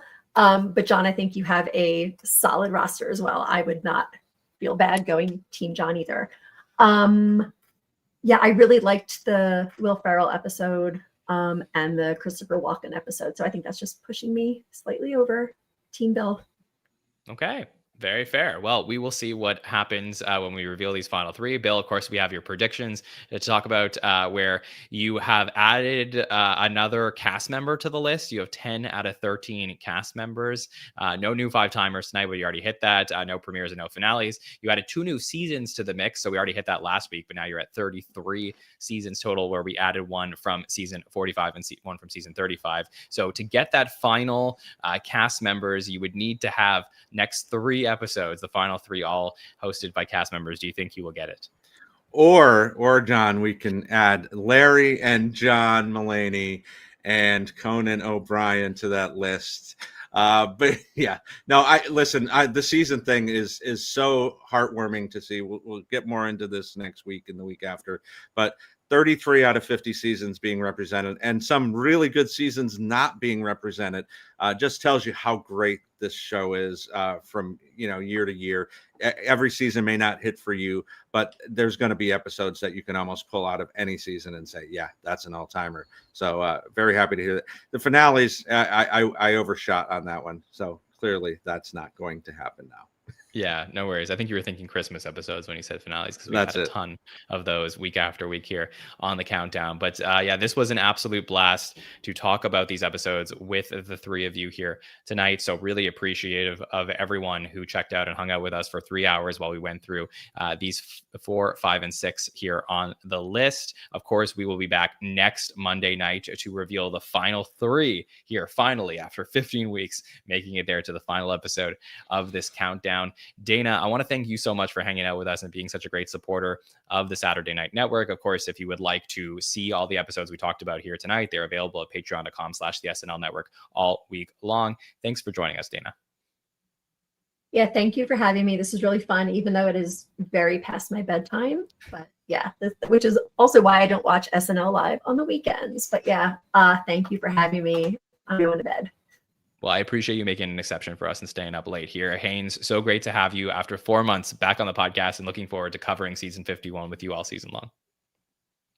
Yeah, man. I think the longest stretch since I've been on. So just great to be back, especially with getting to have Bill on as well, and talk to folks that I don't always haven't chatted with in a while. So just really fun. Obviously, really excited about the season coming up, and just looking forward to more. Yeah, very excited to chat with you more, Haynes. And Bill Kenny, always appreciative of you. Thanks for joining us here tonight. Yeah, I can't believe it's almost over, John. And little bit of sadness. I'm not going to know what to do with my Monday nights very shortly. But this is going to be a great epic ending to this fantastic list. Well, we'll definitely get you on some roundtables, and we have a lot more to talk about with season 51. So make sure to stay tuned in to everything we have going on here at the podcast, including the recently released season 24 episode of Everything You Need to Know About SNL. That's available now on our YouTube channel. So you can subscribe YouTube, Apple Podcasts, and Spotify to never miss anything going on over there. And you can follow us on social media at the SNL Network to catch up on all the latest SNL news and fun graphics that we have for you as we ramp up towards season 51. I want to thank Late Nighter for being our presenting partner for the show here tonight, Bill and Haynes and Dana for hanging out with us, and everyone in the chat for being with us each and every Monday night all summer long. So on behalf of everyone here at the SNN, my name is John Schneider, and we will see you next time, everybody. Have a good one.